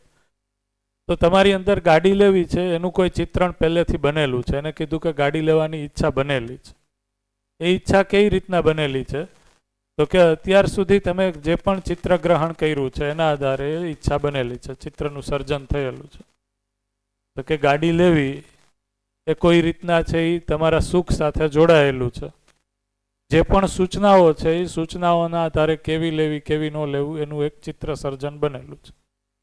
કારણ કે ગાડી લેવી એટલું જ નહીં હોય, એના કંઈક ડિટેલ હશે. સાવ પહેલા પ્રાથમિકતામાં તો જે પણ આપણી અંદર ચિત્રગ્રહણ થાય છે એમાં તમે કીધું એમ કે ગાડી લેવી એની ઈચ્છા થઈ, ચિત્રણ બન્યું. હવે શું થાય છે તો કે એ ચિત્રણને અનુરૂપ છે એ પછી હું તુલન અને વિશ્લેષણ કરું છું. એટલે શું તો કે ગાડી છે એ કેવી લેવી, કઈ ગાડી લઈશ તો એ મારી ઇન્દ્રિય સંવેદનાઓને ઠીક કરશે, રુચિને પોષણ આપશે.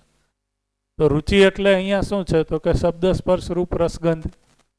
તો મેજોરિટી છે એ રૂપ અને સ્પર્શ આ બેયને છે એ પોષણ આપે એ રીતની. સ્પર્શ છે એ કમ્ફર્ટ લેવલ માટે, કારની અંદર જે કમ્ફર્ટ લેવલ છે, એસી છે, પંખા છે, આ બધું સીટ છે. રૂપ છે એના ઓલ ઓવર દેખાવ માટે, કલર આતે બધું મોડેલ કેવું દેખાય છે. તો એ પ્રિય દ્રષ્ટિના આધારે તમે એના દેખાવના આધારે, રૂપના આધારે, ઇન્દ્રિય સંવેદનાના આધારે એનું વિશ્લેષણ કરશો કે કેવી હોવી જોઈએ, સિડાન હોવી જોઈએ, હેચબેક હોવી જોઈએ, કલર કેવો હોવો જોઈએ, બરાબર. આ બધું હિત દ્રષ્ટિ છે એ શું કરશે તો કે શરીર સ્વાસ્થ્ય માટે છે એ કઈ રીતના ઉપયોગી છે, તો કેવી સીટ હોવી જોઈએ, કમ્ફર્ટ કેવો હોવો જોઈએ, એ બધાનું વિશ્લેષણ છે એ આ વસ્તુ કરશે. લાભ દ્રષ્ટિ છે એ શું વિશ્લેષણ કરશે તો કે એની પ્રાઇઝ કેટલી હોવી જોઈએ, મને કેટલી પ્રાઇઝ એની અનુકૂળ આવે છે, કેવડી જગ્યા એ આપે છે, બરોબર, ડિક્કીની સ્પેસ કેવડી છે, ઓલ ઓવર બૂટ સ્પેસ કેટલી છે. આ બધું શું છે સુવિધા અથવા તો વસ્તુ સાપેક્ષ નિર્ણય છે. એને કીધું લાભ દ્રષ્ટિ. લાભ દ્રષ્ટિ એટલે કમ દેकर જ્યાદા લેને કી પ્રવૃત્તિ, એને કીધું લાભ. બરોબર. તો એ લાભ હાનિના સાપેક્ષમાં જે નિર્ણય થાય છે એને કીધું લાભ વાળું. તો એના આધારે તમારું વિશ્લેષણ થશે. હવે એમાં ન્યાય ધર્મ સત્ય હોઈ શકે.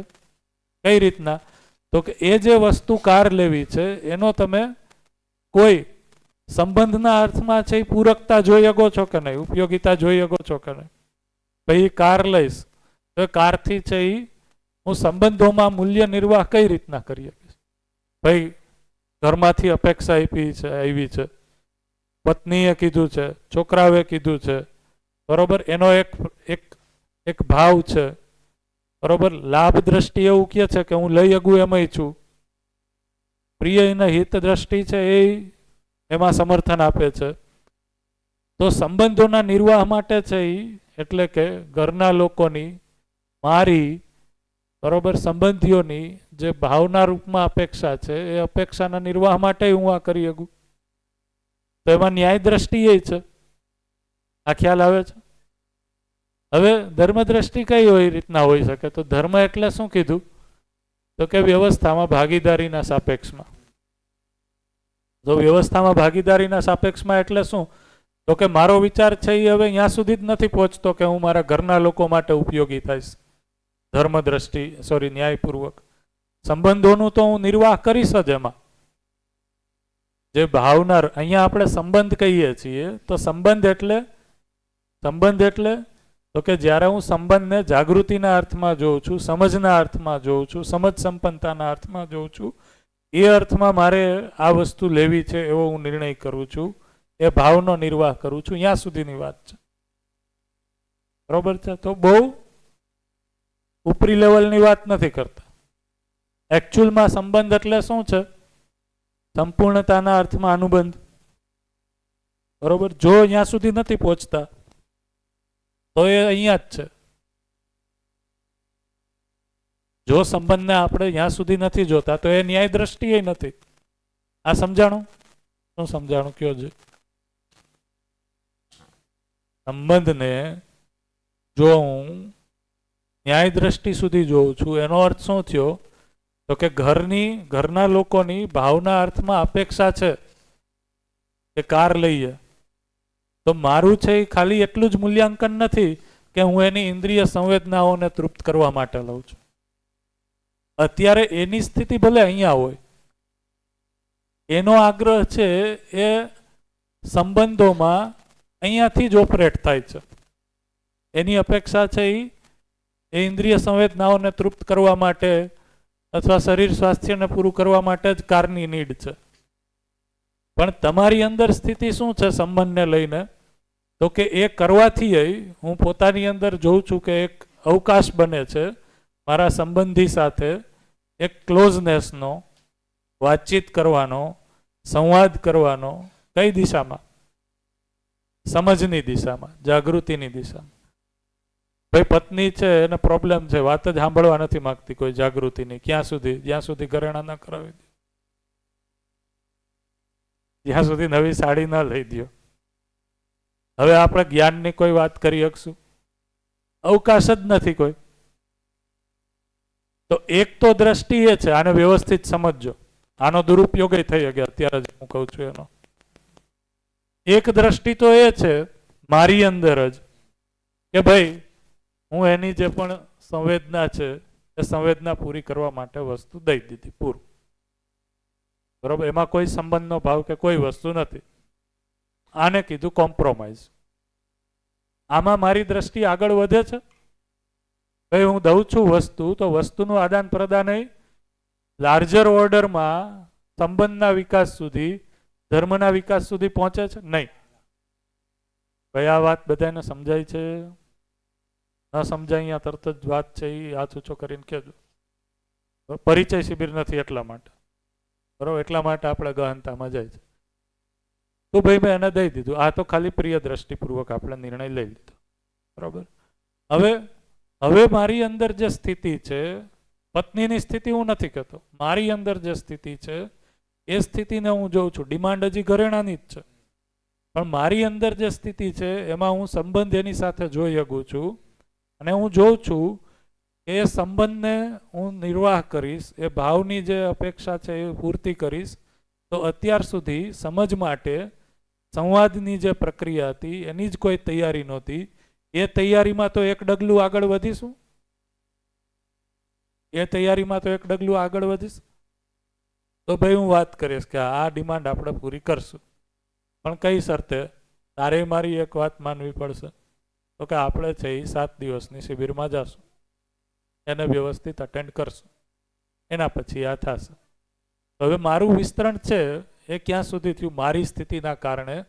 તો કે હું આગળની વસ્તુ જોઈ શકું છું મારી અંદર. તો આ દ્રષ્ટિને તો મેં પૂરી કરી જ. કાર લઈ દેવાની દ્રષ્ટિને તો પૂરી કરી, ઘરેણા લઈ દેવાની, પણ અહીંયા સુધી હું પહોંચ્યો. હવે ફરીથી પાછું કારનું એક્ઝામ્પલ છે, અહીંયા આવી જાય. તો કારના એક્ઝામ્પલમાં ન્યાય એટલે શું? તો કે સંબંધોમાંય હું તૃપ્તિપૂર્વક જીવી શકું, ભાવપૂર્વક જીવી શકું, ત્યાં સુધી મારી દ્રષ્ટિ છે. તો હવે શું થયું? એમાં પ્રિય દ્રષ્ટિએ છે, હિત દ્રષ્ટિએ છે, લાભ દ્રષ્ટિએ છે અને ન્યાય દ્રષ્ટિએ. હવે જે હું લઉં છું એ વસ્તુની ધર્મના દ્રષ્ટિના તુલનમાં આપણે જોઈએ તો એ જ વસ્તુનું વ્યવસ્થામાં ભાગીદારીના અર્થમાં છે પણ કઈ યુટિલાઇઝેશન છે એ હું જોઈ શકું. એ જ કાર જે આ બધી દ્રષ્ટિ ઉપર સંબંધ માટે તો મેં લીધી જ, એના માટે તો મેં લીધી જ, પણ એ જ કાર કાલ સવારે છે એ જાગૃતિના અર્થમાં મારે કોઈ જગ્યાએ જવું છે, કોઈ વ્યક્તિ આવે છે તો એને લેવા જવું છે, મૂકવા જવું છે, જે હું કામ કરું છું એ કાર્યમાં છે એ આવર્તનશીલતાપૂર્વક હું કરું છું, પ્રકૃતિ સાથે કામ કરું છું, એમાં એનું કોઈ યુટિલાઇઝેશન છે એ છે એ અલ્ટિમેટલી વ્યવસ્થામાં ભાગીદારીના અર્થમાં છે. તો જો હું એક્શનને અહીંયા પ્રિય દ્રષ્ટિથી લઉં છું એમાં એ જ છે, આ બે દ્રષ્ટિથી લીધું એમાં એ જ છે, આ બે દ્રષ્ટિથી લીધું એમાં એ જ છે, અહીંયાથી લીધું એમાં એ જ છે, પણ એ વસ્તુનો યુટિલાઇઝેશન વધતું જાય છે. અને જેમ જેમ હું અહીંયા સુધી પહોંચતો જાઉં છું એમ છે હવે એ વસ્તુનો ખાલી અહીંયાથી હું જો ચાલિત થતો હોઈશ તો એ કાર છે એ મારે અમુક સમય બદલાવી પડશે. મને નહીં ગમે તો એનો દુરુપયોગ કરીશ, ભોગ કરીશ, પછી એનો ઉપયોગ આવશે, સદુપયોગ આવશે, પ્રયોજન આવશે. તો એ વસ્તુનું પ્રયોજનના અર્થમાં હું જોઈ શકું એ અહીંયા ધર્મ અને સત્ય દ્રષ્ટિ સુધી પહોંચશે. એ કાર છે એનું સત્ય દ્રષ્ટિના અર્થમાં તો આપણે બીજું કોઈ વિશ્લેષણ નહીં કરી શકીએ, પણ ધારો કે આપણે એને એ રીતના સમજવું હોય તો સમજી શકીએ કે એ લેવાથી હું ધર્મદ્રષ્ટિપૂર્વક તો જીવું જ છું, સાથે સાથે એનો ઉપયોગ હું સત્ય શું છે, અસ્તિત્વ શું છે, વાસ્તવિકતા શું છે એ સમજવા માટે પણ જો એનો કોઈ ઉપયોગ થાય છે તો હવે આ 6 દ્રષ્ટિપૂર્વક મેં નિર્ણય. પણ એ દ્રષ્ટિપૂર્વક નિર્ણયમાં મેં કીધું એમ કે જો હું અહીંયાથી જ ખાલી જ્યારે નિર્ણય લેતો હતો ત્યારે એ અનિયંત્રિત હતો.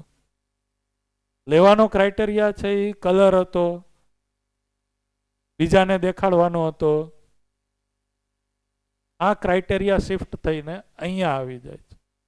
તો હવે મારું ધ્યાન છે એ લેવા પાછળના નિર્ણયમાં એની ઉપયોગિતા શું છે, એની યુટિલિટી કેટલી છે એ બની જાય છે. એના કારણે છે અનાવશ્યક છે લેવું ખરીદવું એ ચક્કરમાંથી નીકળી જાઉં છું. ભાઈ ઓલરેડી મારી પાસે જૂની હોય તો એ જૂનીને કઈ રીતના યુટિલાઇઝ કરી શકું, હજી ધારો કે ચાલી શકે એમ છે, ત્યાં હું પૂછું છું, એ અહીંયા સુધી આવે છે.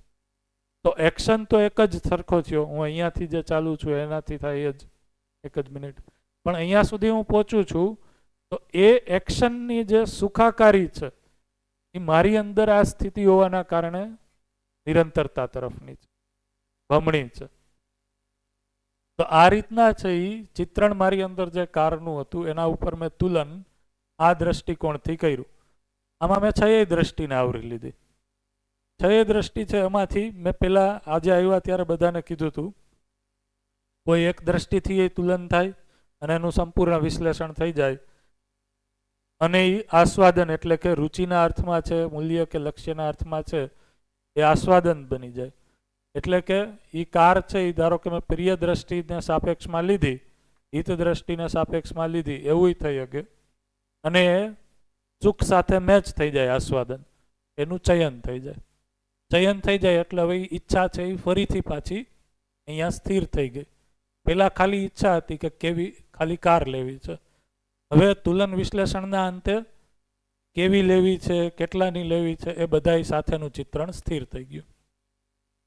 ફરીથી પાછું છે એ ધારો કે એની ઉપર એ ચિત્રણ કોઈ સમયે પાછું ઉજાગર થાય, ફરીથી પાછું એની ઉપર કોઈ તુલન વિશ્લેષણ થાય, ફરીથી એનું સુખના અર્થમાં આસ્વાદન. ભાઈ કોઈએ કીધું તમે એક ચિત્રણ સ્થિર કર્યું હતું અને કોઈ સાથે ક્યાંય ભરવા ક્યાંય બેસવા ગયા અને કારની વાત નીકળી તો કીધું કે આ મોડેલ છે તો સારું છે. હવે ફરીથી પાછું ચિત્રણ આલું એક્ટિવેટ થઈ ગયું, એના તુલન વિશ્લેષણ એના રેફરન્સમાં થવા માંડ્યા.